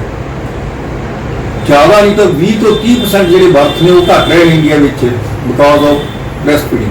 ਜੇ ਆਪਾਂ ਸਾਰੇ ਬ੍ਰੈਸਟ ਫੀਡਿੰਗ ਮਾਵਾਂ ਆਪਣੀਆਂ ਕਰਦੀਆਂ ਜੀ ਲਾ ਕੇ ਕਰਦੀਆਂ, ਇਸ ਗੱਲ ਦਾ ਵੀ ਬਹੁਤ ਫਾਇਦਾ ਹੋ ਰਿਹਾ। ਇਹ ਮੈਥਡ ਨੂੰ ਅਸੀਂ ਲੈਕਟੇਸ਼ਨ ਇਮਿਊਨੋਰੀਆ ਕਹਿੰਦੇ ਹਾਂ। ਇਹ ਉਦੋਂ ਕਾਮਯਾਬ ਹੁੰਦਾ ਜਦੋਂ ਮਾਂ ਬੱਚੇ ਨੂੰ ਕੱਲਾ ਤੇ ਕੱਲਾ ਆਪਣਾ ਦੁੱਧ ਪਿਆਵੇ। ਇਹ ਵੀ ਵਿੱਚ ਬੋਤਲਾਂ ਲਾਈ ਫਿਰੇ ਵਿੱਚ, ਤੇ ਇਹ ਇਫੈਕਟਿਵ ਨਹੀਂ ਰਹੇਗਾ। ਕੱਲੇ ਤੇ ਕੱਲਾ ਆਪਣਾ ਦੁੱਧ ਚੁੰਗਾਵੇ। ਬੱਚੇ ਦੀ ਉਮਰ 6 ਮਹੀਨੇ ਤੱਕ ਨਾ ਹੋਈ ਹੋਵੇ, 6 ਮਹੀਨੇ ਤੋਂ ਵੱਡਾ ਨਾ ਹੋਵੇ, ਔਰ ਮਾਂ ਨੂੰ ਮੈਂਸਸ ਨਾ ਆਏ। It's good method, natural method ਹੈ, ਔਰ ਇੰਨਾ ਫਾਇਦਾ ਹੋ ਰਿਹਾ ਆਪਾਂ ਨੂੰ ਸਿਰਫ ਇਸ ਕਰਕੇ। ਨੰਬਰ 3 ਜਿਹੜਾ ਹੈਗਾ, ਮਾਂ ਅੱਜ ਕੱਲ੍ਹ ਨਵੀਂ ਬਿਮਾਰੀ ਚੱਲ ਪਈ ਹੈ ਜਿਹੜੀ ਡਿਪਰੈਸ਼ਨ ਹੁੰਦੀ ਹੈ। ਅੱਗੇ ਤਾਂ ਮਾਵਾਂ ਖੁਸ਼ ਹੁੰਦੀਆਂ ਸੀ ਮੇਰੇ ਜਵਾਬ ਜੰਮਿਆ, ਹੁਣ ਜੰਮਦੇ ਸਾਰ ਮਾਵਾਂ ਨੂੰ ਫਿਕਰ ਪੈ ਜਾਂਦਾ ਹੈ, ਮੈਂ ਕਿਵੇਂ ਬਾਲੂੰਗੀ, ਮੈਂ ਆਪਣੀ ਡਿਊਟੀ ਕਿਵੇਂ ਕਰੂੰਗੀ, ਮੈਂ ਆਹ ਕਿਵੇਂ ਕਰੂੰਗੀ, ਮੈਂ ਆਹ ਕਿਵੇਂ ਕਰੂੰਗੀ, ਕਿਉਂਕਿ ਉਹ ਆਪਣਾ ਜੁਆਇੰਟ ਫੈਮਿਲੀ ਸਿਸਟਮ ਟੁੱਟ ਗਿਆ, ਪਲਾਨ ਕਰਨਾ ਪੈਂਦਾ ਸਰ। ਹਾਂ, ਉਹ ਇਸ ਕਰਕੇ ਮਤਲਬ ਇਹਦੇ ਨਾਲ ਜਿਹੜੇ ਮਦਰ ਨੂੰ ਡਿਪਰੈਸ਼ਨ ਬੜੀ ਹੋ ਰਹੀ ਹੈ। ਪਰ ਜਿਹੜੀ ਮਾਂ ਜੰਮਦੇ ਬੱਚੇ ਨੂੰ ਦੁੱਧ ਚੁੰਗਾਉਣ ਲੱਗ ਜਾਂਦੀ, ਉਹਨੂੰ ਇਹਦਾ ਰਿਸਕ ਬਹੁਤ ਘੱਟ ਜਾਂਦਾ। ਇਸ ਤੋਂ ਇਲਾਵਾ ਕਾਫੀ ਬਿਮਾਰੀ ਤੋਂ ਮਾਂ ਵੀ ਬਚਦੀ ਹੈ। ਸਭ ਤੋਂ ਵੱਡੀ ਬਿਮਾਰੀ ਡਾਇਬਟੀਜ਼ ਤੋਂ ਬਚਦੀ ਹੈ। ਇਹਦਾ ਬਹੁਤ ਜ਼ਿਆਦਾ ਫਰਕ ਪੈਂਦਾ ਮਾਂ ਉੱਤੇ ਜੇ ਡਾਇਬਟਿਕ ਹੋਣ ਤੋਂ ਉਹਦੀ ਬੱਚਤ ਹੁੰਦੀ ਹੈ। ਉਹਨੂੰ ਬਲੱਡ ਪ੍ਰੈਸ਼ਰ ਵਧਣ ਤੋਂ ਬੱਚਤ ਹੁੰਦੀ ਹੈ, ਉਹਨੂੰ ਦਿਲ ਦੀ ਬਿਮਾਰੀ ਤੋਂ ਬੱਚਤ ਹੁੰਦੀ ਹੈ, ਔਰ ਉਹਨੂੰ ਬਹੁਤ ਵੱਡਾ ਫਾਇਦਾ ਹੈ ਜਿਹੜੀ ਆਸਟੀਓਪੋਰੋਸਿਸ ਹੈ, ਜਿਹੜੇ ਹੱਡੀਆਂ ਦਾ ਕਮਜ਼ੋਰ ਹੋਣਾ ਹੈ, ਉਹ ਤੋਂ ਬਚਦੀ ਮਾਂ। ਔਰ ਸਭ ਤੋਂ ਵੱਡਾ ਫਾਇਦਾ ਜਿਹੜਾ ਤੁਹਾਨੂੰ ਦੱਸਣਾ ਚਾਹੂੰਗਾ ਉਹ ਹੈਗਾ ਬ੍ਰੈਸਟ ਕੈਂਸਰ। ਜਦੋਂ ਅਸੀਂ ਲੋਕ ਪੜ੍ਹਦੇ ਸੀਗੇ ਉਦੋਂ ਕਹਿੰਦੇ ਸੀ ਜੀ ਇੰਡੀਅਨ ਮਦਰ 'ਚ ਬ੍ਰੈਸਟ ਕੈਂਸਰ ਕੋਈ ਖਾਸ ਸੋਚਣ ਦੀ ਲੋੜ ਨਹੀਂ, ਦੇਰ ਵਾਜ਼ ਹਾਰਡਲੀ ਐਨੀ। ਤੇ ਪਰ ਹੁਣ ਅਸੀਂ ਦੇਖਦੇ ਹਾਂ ਵੀ ਜਣੇ ਕਣੇ ਦੇ ਘਰ 'ਤੇ ਤੁਸੀਂ ਚੰਗੀ ਤਰ੍ਹਾਂ ਹਿਸਟਰੀ ਪਿੱਛੋਂ ਹਰ ਇੱਕ ਘਰ ਤੋਂ ਹਿਸਟਰੀ ਲੱਭ ਜੂਗੀ ਕਿ ਇਹਦੀ ਨਨਾਣ ਨੂੰ ਜੀ, ਇਹਦੀ ਸੱਸ ਨੂੰ ਜੀ, ਇਹਦੀ ਫਲਾਨੀ ਨੂੰ ਬ੍ਰੈਸਟ ਕੈਂਸਰ ਹੋ। ਬ੍ਰੈਸਟ ਕੈਂਸਰ ਤੋਂ ਇਲਾਵਾ ਓਵੇਰੀਅਨ ਕੈਂਸਰ ਨੂੰ ਵੀ ਘਟਾਉਂਦੀ ਹੈ, ਹੋਰ ਕੈਂਸਰ ਉੱਤੇ ਵੀ ਅੱਛਾ ਇਫੈਕਟ ਪੈਂਦਾ। ਪਰ ਬ੍ਰੈਸਟ ਕੈਂਸਰ ਤਾਂ ਬਹੁਤ ਹੀ ਮਤਲਬ ਮਹੱਤਵਪੂਰਨ ਗੱਲ ਹੈ ਜਿਹੜੀ ਆਪਾਂ ਸਾਰਿਆਂ ਨੂੰ ਪਤਾ ਹੋਣੀ ਚਾਹੀਦੀ ਵੀ ਮਾਂ ਦਾ ਦੁੱਧ ਜਿਹੜਾ ਬ੍ਰੈਸਟ ਕੈਂਸਰ ਨੂੰ ਕਾਫੀ ਘਟਾਉਂਦਾ ਹੈ। ਸੋ ਇਸ ਕਰਕੇ ਵੀ ਜ਼ਰੂਰੀ ਹੋ ਜਾਂਦਾ। ਫਿਰ ਹੋਰ ਵੀ ਕਾਫੀ ਫਾਇਦੇ ਨੇ ਜਿਹੜੇ ਆਪਾਂ ਮਤਲਬ ਜਿੰਨੇ ਮਰਜ਼ੀ ਫਾਇਦੇ ਡਿਸਕਸ ਕਰੀਏ, ਬਹੁਤ ਫਾਇਦੇ ਨੇ ਜਿਹੜੇ ਮਾਂ ਨੂੰ ਵੀ ਫਾਇਦੇ ਨੇ। ਇਸ ਤੋਂ ਇਲਾਵਾ ਪਰਿਆਵਰਨ ਨੂੰ ਬਹੁਤ ਫਾਇਦਾ। ਆਪਾਂ ਹੁਣੇ ਗੱਲ ਕਰਕੇ ਹਟੇ ਹਾਂ ਕਿ ਜਿਹੜਾ ਪਰਿਆਵਰਨ ਆ ਜੇ ਉਹਨੂੰ ਬਚਾਉਣਾ ਤਾਂ ਆਪਾਂ ਨੂੰ ਮਾਂ ਦਾ ਦੁੱਧ ਹੀ ਦੇਣਾ ਚਾਹੀਦਾ। ਇਸ ਤੋਂ ਜਿਹੜਾ ਬਹੁਤ ਹੀ ਮਹੱਤਵਪੂਰਨ ਫਾਇਦਾ ਇਕਨੋਮੀ ਦਾ। ਤੁਸੀਂ ਦੇਖੋ ਜੇ ਮਾਂ ਦਾ ਦੁੱਧ ਦੇਣਾ ਉਹਦੀ ਕੋਈ ਕਾਸਟ ਨਹੀਂ, ਪ੍ਰੈਕਟੀਕਲੀ ਕੀ ਇੱਕ ਅੱਧੀ ਰੋਟੀ ਵੱਧ ਖਾ ਲਓਗੇ ਮਾਂ, ਜਾਂ ਮਾੜਾ ਮੋਟਾ ਦੁੱਧ ਪਿਆ ਲਓਗੇ, ਜਾਂ ਕੋਈ ਹੋਰ ਥੋੜੀ ਖੁਰਾਕ ਵਧਾ ਲਓਗੇ, ਹੋਰ ਤਾਂ ਕੋਈ ਨਹੀਂ ਹੈਗਾ ਨਾ। ਨਾਲ ਨਾਲ ਇਹ ਵੀ ਬੱਚਤ ਹੈ, ਜਿਹੜਾ ਦੁੱਧ ਮਾਂ ਦਾ ਨਹੀਂ ਪੀਂਦਾ, ਬੋਤਲ ਦਾ ਪੀਂਦਾ, ਕ੍ਰਿਤਰਮ ਦੁੱਧ ਜਾਂ ਆਰਟੀਫੀਸ਼ੀਅਲ ਫੀਡਿੰਗ ਤੇ ਰਹਿੰਦਾ, ਉਹ ਬਿਮਾਰ ਬਹੁਤ ਹੁੰਦਾ ਹੈ, ਉਹਦਾ ਡਾਕਟਰੀ ਖਰਚਾ ਬਹੁਤ ਵੱਧ ਜਾਂਦਾ ਹੈ। ਔਰ ਕਾਫੀ ਦੁਨੀਆ ਗਰੀਬ ਹੋ ਰਹੀ ਹੈ, ਆਊਟ ਆਫ ਦੀ ਪਾਕਟ ਪੇ ਕਰਨੀ ਸਰਕਾਰਾਂ ਕੋਲ ਨਹੀਂ ਹੈਗਾ ਕੁਛ, ਆਊਟ ਆਫ ਦੀ ਪਾਕਟ ਪੇ ਕਰਦੇ ਉਹਦੀ ਗਰੀਬੀ ਵੱਧ ਰਹੀ ਹੈ। ਔਰ ਵੈਸੇ ਹੀ ਜਿੰਨੀ ਮੈਲ ਨਿਊਟ੍ਰੀਸ਼ਨ ਵੱਧਦੀ ਉਹ ਗਰੀਬੀ ਗਾਹ ਨਹੀਂ ਚੱਲ। ਜਿਹੜਾ ਬੱਚਾ ਮੈਲ ਨਰਿਸ਼ ਦਾ ਉਹ ਵੱਡਾ ਹੋਏ ਕਮਾਊਗਾ ਕੀ? ਹੁਣ ਕਮਾਊਗਾ ਨਹੀਂ ਤਾਂ ਉਹ ਗਰੀਬੀ ਕਿਸ਼ਤਾਂ ਤੋਂ ਜਿਵੇਂ ਪੁਸ਼ਤੈਨੀ ਹੋ ਜਾਂਦੀ ਹੈ। ਚਲੀ ਜਾਂਦੀ। ਇਸ ਕਰਕੇ ਵੀ ਜ਼ਰੂਰੀ ਹੋ ਜਾਂਦਾ ਹੈ ਕਿ ਦੁੱਧ ਤਾਂ ਸਿਰਫ ਮਾਂ ਦਾ ਹੀ ਦੇਣਾ। ਇਕਨੋਮਿਕਲੀ ਇੰਨਾ ਫਾਇਦਾ ਹੈ ਵੀ ਜੇ ਆਪਾਂ ਹਿਸਾਬ ਲਾਈਏ ਮੋਟੇ ਤੌਰ ਤੇ ਤਾਂ ਦੁਨੀਆ ਨੂੰ ਇੱਕ ਜਿਹੜਾ ਹੁੰਦਾ $1 ਬਿਲੀਅਨ ਦਾ ਰੋਜ਼ ਫਾਇਦਾ। $1 ਬਿਲੀਅਨ 10 ਖਰਬ American billion I think is equal to 10 ਖਰਬ 10 ਖਰਬ ਦਾ ਰੋਜ਼ ਫਾਇਦਾ ਹੈ। ਕੱਲੇ ਇੰਡੀਆ ਦੀ ਇਕਾਨਮੀ ਨੂੰ ਜੋ ਦੁੱਧ ਨਹੀਂ ਚੁਕਾਉਂਦੇ ਮਾਂ ਦਾ, $14 ਬਿਲੀਅਨ ਦਾ ਨੁਕਸਾਨ ਸਾਲ 'ਚ, $14 ਬਿਲੀਅਨ। ਵਰਲਡ ਬੈਂਕ ਦੇ ਮੁਤਾਬਕ ਜੇ ਆਪਾਂ $1 ਖਰਚ ਕਰਦੇ ਆ ਮਾਂ ਦਾ ਦੁੱਧ ਨੂੰ ਬੜਾਵਾ ਦੇਣ ਲਈ, ਖਾਸ ਤੌਰ ਤੇ ਐਕਸਕਲੂਸਿਵ ਬ੍ਰੈਸਟ ਫੀਡਿੰਗ ਲਈ, ਤਾਂ ਉਹਦਾ ਰਿਟਰਨ $35 ਹੈ। ਇੱਥੋਂ ਤੁਸੀਂ ਅੰਦਾਜ਼ਾ ਲਾ ਸਕਦੇ ਹੋ ਵੀ ਇਹ ਕੰਮ ਕਰਨਾ ਕਿੰਨਾ ਇਕਨੋਮਿਕਲ ਹੈ, ਕਿੰਨਾ ਵਧੀਆ ਕੰਮ ਹੈਗਾ ਇਸ ਨੂੰ ਕਰਨਾ ਵੀ, ਤਾਂ ਕਿ ਆਪਾਂ ਨੂੰ ਮਤਲਬ ਇਹ ਵੀ ਬਹੁਤ ਵੱਡਾ ਫਾਇਦਾ। ਹੁਣ ਆਪਾਂ ਗੱਲ ਕਰਾਂਗੇ ਵੀ ਇਹ ਤਾਂ ਹੋਇਆ ਮਾਂ ਦੁੱਧ ਦੇ ਫਾਇਦਿਆਂ ਦੀ, ਤੇ ਜਿਹੜੀ ਬੋਟਲ ਫੀਡਿੰਗ ਹੈ ਜਾਂ ਆਰਟੀਫੀਸ਼ੀਅਲ ਫੀਡਿੰਗ ਹੈ ਉਹਦੇ ਨੁਕਸਾਨ ਕੀ। ਸਭ ਤੋਂ ਵੱਡਾ ਜਿਹੜਾ ਨੁਕਸਾਨ ਬਿਜਲੀ 'ਚ ਹੁੰਦਾ ਉਹ ਇਹ ਹੈ ਵੀ ਜਦੋਂ ਮਾਂ ਆਪਣੇ ਦੁੱਧ ਦੇ ਟਰਾਈ ਕਰਦੇ ਨਾਲ ਬੋਤਲ ਲਾ ਲੈਂਦੀ ਹੈ, ਤਾਂ ਬੋਤਲ ਲੱਗਣ ਨਾਲ ਜਿਹੜੇ ਜਿਹੜੇ ਦੁੱਧ ਆਉਣ ਦੀ ਕਿਰਿਆ ਹੈ, ਜਿਹੜਾ ਦੁੱਧ ਆਉਣ ਦਾ ਐਕਸ਼ਨ ਪਲਾਨ ਉਹ ਸਾਰਾ ਡਿਸਟਰਬ ਹੋ ਜਾਂਦਾ। ਮਾਂ ਨੂੰ ਦੁੱਧ ਆਉਣਾ ਲੇਟ ਹੋ ਜਾਂਦਾ। ਇਹਦੇ ਨਾਲ ਜਿਹੜਾ ਦੁੱਧ ਲੇਟ ਆਉਣਾ ਹੋਣ ਨਾਲ ਮਾਂ ਦਾ ਕੌਨਫੀਡੈਂਸ ਖਤਮ ਹੋ ਜਾਂਦਾ। ਉਹਨੂੰ ਐਂ ਲੱਗਦਾ ਵੀ ਮੈਨੂੰ ਹੁਣ ਤੱਕ ਦੁੱਧ ਨਹੀਂ ਆਇਆ, ਦੁੱਧ ਬੋਤਲ ਲੇਟ ਕਰ ਰਹੀ ਹੈ, ਮੈਨੂੰ ਹੁਣ ਦੁੱਧ ਨਹੀਂ ਆਇਆ, ਸ਼ਾਇਦ ਮੈਨੂੰ ਦੁੱਧ ਆਉਣਾ ਹੀ, ਮੈਨੂੰ ਤਾਂ ਬੋਤਲ ਨਾਲ ਝੁਕਾਉਣਾ ਪਊ। ਉਹਦਾ ਸਾਰਾ ਝੁਕਾਅ ਬੋਤਲ ਵੱਲ ਹੋ ਜਾਂਦਾ। ਫਿਰ ਉਹਦੇ 'ਚ ਕੌਨਫੀਡੈਂਸ ਇਸ ਕਰਕੇ ਵੀ ਖਤਮ ਹੈ ਕਿਉਂਕਿ ਇਹ ਇਕਨੋਮਿਕਲੀ ਮਾੜਾ ਹੈ। ਇਹਨੇ ਖਰਚਾ ਬਹੁਤ ਕਰਾਉਣਾ ਹੈ। ਮਾਂ ਦਾ ਜੇ ਆਪਣਾ ਦੁੱਧ ਹੈ ਉਹਨੂੰ ਪੂਰਾ ਕੌਨਫੀਡੈਂਸ ਵੀ ਮੈਂ ਆਪਣੇ ਬੱਚੇ ਨੂੰ ਆਪਦੇ ਦੁੱਧ ਨਾਲ ਪਾਲ ਸਕਦੀ ਹਾਂ। ਕੱਲ੍ਹ ਨੂੰ ਕੋਈ ਕੈਲੇਮਿਟੀ ਹੋ ਜਾਂਦੀ, ਕੋਈ ਭੁਚਾਲ ਆ ਜਾਂਦਾ, ਕੋਈ ਫਲੱਡ ਆ ਜਾਂਦਾ, ਜਾਂ ਕੋਈ ਹੋਰ ਜਿਵੇਂ ਮਹਾਮਾਰੀ ਆ ਗਈ, ਤਾਂ ਵੀ ਇੱਕੋ ਹੀ ਸਾਧਨ ਹੈ ਮਾਂ ਕੋਲ ਆਪਣਾ ਦੁੱਧ। ਛੋਟੇ ਬੱਚੇ ਨੂੰ ਆਪਦੇ ਦੁੱਧ ਨਾਲ ਬੱਚੇ ਨੂੰ ਪਾਲਣ 'ਚ ਉਹਨੂੰ ਹਰ ਵੇਲੇ ਉਹਨੂੰ ਕੌਨਫੀਡੈਂਸ ਹੈ। ਫਿਰ ਇਸ ਤੋਂ ਇਲਾਵਾ ਜਿਹੜਾ ਮਤਲਬ ਮਾਂ ਨੂੰ ਹੋਰ ਵੀ ਬਹੁਤ ਫਾਇਦੇ ਨੇ ਨਾ, ਬਿਮਾਰੀਆਂ ਤੋਂ ਬਚਦੀ ਹੈ, ਸਾਰਾ ਕੁਛ ਹੈਗਾ। ਇਹ ਤਾਂ ਹੋ ਗਿਆ ਸਾਰਾ ਕੁਛ ਹੈ ਨਾ। ਤੇ ਇਹਦੇ ਬੋਤਲ ਨਾਲ ਇਹ ਆਪੋਜ਼ਿਟ ਹੈ। ਆਪਾਂ ਹੁਣੇ ਗੱਲ ਕਰਕੇ ਹਟੇ ਵੀ ਬੱਚਾ ਕੰਨਾਂ ਦੇ ਡੁੱਲਣ ਤੋਂ ਬਚਦਾ। ਸਭ ਤੋਂ ਵੱਡਾ ਦਸਤ ਰੋਗ ਹੈ, ਦਸਤ ਰੋਗ ਤੋਂ ਬਚਦਾ ਹੈ, ਕੰਨਾਂ ਦੇ ਡੁੱਲਣ ਤੋਂ ਬਚਦਾ ਹੈ। ਕਿੰਨੀਆਂ ਆਪਾਂ ਗਿਣੀਆਂ ਬਿਮਾਰੀਆਂ, ਉਹ ਸਾਰਿਆਂ ਦੇ ਬੋਤਲ ਦਾ ਜਾਂ ਆਰਟੀਫੀਸ਼ੀਅਲ ਦਾ ਉਲਟ ਅਸਰ ਹੈ। ਉਹ ਬਿਮਾਰੀਆਂ ਸਾਰੀਆਂ ਵਧਣਗੀਆਂ ਜਿਹੜੀਆਂ ਕਿ ਮਾਂ ਦੁੱਧ ਨਾਲ ਘਟਦੀਆਂ। ਸੋ ਇਸ ਤਰ੍ਹਾਂ ਵੀ ਸੋਚੀਏ, ਇਕਨੋਮਿਕਲੀ ਵੀ ਸੋਚੀਏ, ਤਾਂ ਵੀ ਬੋਤਲ ਮਹਿੰਗੀ ਹੈ, ਉਹ ਤੇ ਖਰਚਾ ਬਹੁਤ ਹੈ। ਜੇ ਆਪਾਂ ਪਰਿਆਵਰਨ ਦੇਖੀਏ ਤਾਂ ਵੀ ਬੋਤਲ ਦਾ ਜਿਹੜਾ ਬਹੁਤ ਜ਼ਿਆਦਾ ਨੁਕਸਾਨ ਹੈ। ਸੋ ਇਹਨਾਂ ਗੱਲਾਂ ਵੀ ਆਪਾਂ ਨਤੀਜੇ ਤੇ ਪਹੁੰਚ ਸਕਦੇ ਹਾਂ ਵੀ ਦੁੱਧ ਮਾਂ ਦਾ ਹੀ ਦੇਣਾ ਚਾਹੀਦਾ। ਬੋਤਲ ਦੇ ਦੁੱਧ ਜਾਂ ਕ੍ਰਿਤਰਮ ਦੁੱਧ ਜਾਂ ਆਰਟੀਫੀਸ਼ੀਅਲ ਫੀਡਿੰਗ ਦੇ ਜਾਂ ਫਾਰਮੂਲਾ ਫੀਡਿੰਗ ਦੇ ਬਹੁਤ ਜ਼ਿਆਦਾ ਨੁਕਸਾਨ। ਹੁਣ ਆਪਾਂ ਗੱਲ ਕਰਾਂਗੇ ਫਿਰ ਵਾਟ ਇਜ਼ ਆਪਟੀਮਮ ਫੀਡਿੰਗ ਹੈ, ਕਿ ਜਿਹੜੀ ਸਹੀ ਕੀ ਹੈ ਜਿਹਦੇ ਨਾਲ ਆਪਾਂ ਦੁੱਧ ਦੇਈਏ, ਜਿਸ ਤਰੀਕੇ ਨਾਲ ਚੱਲੀਏ ਤਾਂ ਕਿ ਉਹ ਜਿਹੜਾ ਸਾਰਾ ਕੰਮ ਆਪਣਾ ਸਹੀ ਹੋ ਜਾਵੇ। ਉਹਦੇ ਲਈ ਸਭ ਤੋਂ ਪਹਿਲਾਂ ਤਾਂ ਅਰਲੀ ਫੀਡਿੰਗ ਤੋਂ ਮਤਲਬ ਇਹ ਹੈ ਕਿ ਮਾਂ ਜੋ ਬੱਚਾ ਜੰਮਦੀ ਹੈ, ਜੇ ਉਹਦਾ ਬੱਚਾ ਨਾਰਮਲ ਜੰਮਿਆ ਤਾਂ ਉਹਨੂੰ ਪਹਿਲੇ ਘੰਟੇ ਦੇ ਵਿੱਚ ਆਪਣਾ ਦੁੱਧ ਸ਼ੁਰੂ ਕਰ ਦੇਣਾ। ਜੇ ਬਾਈ ਚਾਂਸ ਨਹੀਂ ਹੋਇਆ ਤਾਂ 4 ਘੰਟੇ ਦੇ ਵਿੱਚ ਆਪਣਾ ਦੁੱਧ ਸ਼ੁਰੂ ਕਰ ਲੈਣਾ ਜ਼ਰੂਰੀ ਹੈ। ਜੇ ਉਹ ਮਤਲਬ ਤਾਂ ਹੀ ਉਹਨੂੰ ਪੂਰਾ ਫਾਇਦਾ ਹੋਏਗਾ। ਔਰ ਜਿਹੜਾ ਪਹਿਲਾ ਘੰਟਾ ਹੈ ਅਸੀਂ ਇਹਨੂੰ ਗੋਲਡਨ ਆਵਰ ਕਹਿੰਦੇ ਹਾਂ। ਗੋਲਡਨ ਆਵਰ ਇਸ ਵਾਸਤੇ ਕਹਿੰਦੇ ਹਾਂ ਕਿ ਇਹਦੇ ਬਹੁਤ ਹੀ ਫਾਇਦੇ ਨੇ। ਸਭ ਤੋਂ ਵੱਡਾ ਜਿਹੜਾ ਕੰਮ ਕਰਨ ਦੀ ਲੋੜ ਹੈ, ਬੱਚੇ ਨੂੰ ਮਾਂ ਦੀ ਛਾਤੀ ਤੇ ਪਾ ਦੇਣਾ ਚਾਹੀਦਾ। ਮਤਲਬ ਸਕਿਨ ਟੂ ਸਕਿਨ ਕੰਟੈਕਟ ਜ਼ਰੂਰੀ ਹੈ। ਫਾਦਰ ਉਹਦੇ ਕੋਲੇ ਬੈਠੇ ਬਹੁਤ ਵਧੀਆ ਗੱਲ ਹੈ। ਉਹਦੇ ਕਮਰੇ ਦੇ ਬਾਹਰ do not disturb the board ਲਾ ਦੇਣਾ ਚਾਹੀਦਾ ਹੈ। ਕੋਈ ਡਿਸਟਰਬ ਨਾ ਕਰੇ। ਜੇ ਨਰਸ ਨੇ ਅੱਖਾਂ 'ਚ ਬੱਚੇ ਦਵਾਈ ਪਾਣੀ ਉਹਦਾ ਘੰਟਾ ਠਹਿਰ ਕੇ ਪਾ ਲੇ। ਜੇ ਕੋਈ ਟੀਕਾ ਲੱਗਣਾ ਹੈ, ਵੈਕਸੀਨੇਸ਼ਨ ਵਗੈਰਾ ਹੋਣੀ, ਇੱਕ ਘੰਟਾ 2 ਘੰਟੇ ਠਹਿਰ ਕੇ ਹੋਵੇ, ਕੋਈ ਗੱਲ ਨਹੀਂ। ਇਹ ਡੋਜ਼ ਰਿਸਪੌਂਸ ਹੈ। ਜਿੰਨੀ ਦੇਰ ਜ਼ਿਆਦਾ ਮਾਂ ਆਪਣੇ ਬੱਚੇ ਨੂੰ ਛਾਤੀ ਨਾਲ ਲਾ ਕੇ ਰੱਖਦੀ ਹੈ, ਉਨੇ ਫਾਇਦੇ। ਵੱਡਾ ਫਾਇਦਾ ਇਹ ਹੈ ਕਿ ਜਦੋਂ ਮਾਂ ਤੇ ਬੱਚਾ ਇਕੱਠੇ ਪੈਂਦੇ ਆ, ਇੱਕ ਤਾਂ ਟੈਂਪਰੇਚਰ ਰੈਗੂਲੇਸ਼ਨ ਬਹੁਤ ਮਦਦ ਮਿਲਦੀ ਹੈ। ਬੱਚੇ ਦਾ ਟੈਂਪਰੇਚਰ ਆਟੋਮੈਟਿਕਲੀ ਰੈਗੂਲੇਟ ਹੋ ਜਾਂਦਾ, ਉਹਨੂੰ ਹਾਈਪੋਥਰਮੀਆ ਵਗੈਰਾ ਜਾਂ ਟੈਂਪਰੇਚਰ ਘਟਣ ਦਾ ਖਤਰਾ ਬਹੁਤ ਘੱਟ। ਦੂਸਰੀ ਗੱਲ ਹੈ ਜਿਹੜਾ ਦੁੱਧ ਦੇਣ ਦੀ ਪ੍ਰਕਿਰਿਆ ਹੈ ਉਹ ਨਾਲ ਦੀ ਨਾਲ ਸ਼ੁਰੂ ਹੋ ਜਾਂਦਾ, ਔਰ ਬਹੁਤ ਵਧੀਆ ਤਰੀਕੇ ਨਾਲ। ਜਦੋਂ ਆਪਾਂ ਸਕਿਨ ਟੂ ਸਕਿਨ ਕੰਟੈਕਟ ਬੱਚੇ ਨੂੰ ਰੱਖਦੇ ਹਾਂ, ਉਹਦੇ ਨਾਲ ਜਿਹੜਾ ਦੁੱਧ ਬਹੁਤ ਵਧੀਆ ਆਉਂਦਾ ਔਰ ਐਕਸਕਲੂਸਿਵ ਬ੍ਰੈਸਟ ਫੀਡਿੰਗ ਹੋਣ ਦਾ ਜਿਹੜਾ ਹੈ ਉਹ ਬਹੁਤ ਜਾਂਦਾ। ਮਤਲਬ ਆਪਾਂ ਨੂੰ ਉਹਦੀ ਜਿਹੜੀ ਹਾਲਾਤ ਵੱਧ ਜਾਂਦੇ ਨੇ ਉਹ ਦੁੱਧ ਦੇਣ 'ਚ ਵੀ।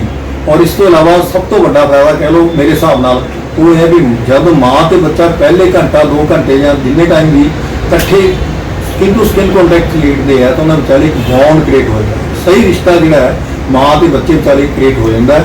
ਉਹ ਇੰਨਾ ਵਧੀਆ ਬਣਦਾ, ਸਾਰੀ ਉਮਰ ਨਿਭਣ ਵਾਲਾ ਰਿਸ਼ਤਾ ਬਣਦਾ। ਮਾਂ ਬੱਚੇ ਦੇ ਪਿਆਰ ਬਣਿਆ ਰਹਿੰਦਾ। ਔਰ ਇਹ ਵੀ ਦੇਖਣ 'ਚ ਆਇਆ ਵੀ ਜਿੱਥੇ ਮਾਂ ਆਪਣਾ ਦੁੱਧ ਚੁਹਾਉਂਦੀ ਹੈ ਔਰ ਬੱਚੇ ਨਾਲ ਉਹਦੀ ਬੌਂਡਿੰਗ ਹੋ ਜਾਂਦੀ ਹੈ, ਉਸ ਸੋਸਾਇਟੀ 'ਚ ਕ੍ਰਾਈਮ ਵੀ ਘੱਟਦਾ। ਤੇ ਕੁਦਰਤੀ ਗੱਲ ਹੈ ਕਿਉਂਕਿ ਜਿਹੜਾ ਬੱਚਾ ਮਾਂ ਨਾਲ ਅਟੈਚਡ ਹੈ ਉਹ ਜਲਦੀ ਕਹਿ ਗਲਤ ਕੰਮ। ਸੋ ਇਸ ਕਰਕੇ ਵੀ ਜ਼ਰੂਰੀ ਹੋ ਜਾਂਦਾ ਵੀ ਆਪਾਂ, ਪਰ ਬਹੁਤ ਬੰਦੇ ਕਹਿੰਦੇ ਜੀ ਫਿਰ ਤਾਂ ਵੀ ਇੰਨੀ ਕੀ ਜਲਦੀ ਹੈ ਪਹਿਲੇ ਘੰਟੇ ਤੋਂ। ਉਹਦਾ ਇੱਕ ਕਾਰਨ ਹੋਰ ਵੀ ਹੈ, ਜਿਹੜਾ ਬੱਚਾ ਜੰਮਦਾ ਬੱਚਾ ਬਹੁਤ ਚੁਸਤ ਹੁੰਦਾ ਹੈ। ਉਹਦੇ ਦੁੱਧ ਚੁੰਘਣ ਦੀ ਲਾਲਸਾ ਬਹੁਤ ਜ਼ਿਆਦਾ ਹੁੰਦੀ ਹੈ।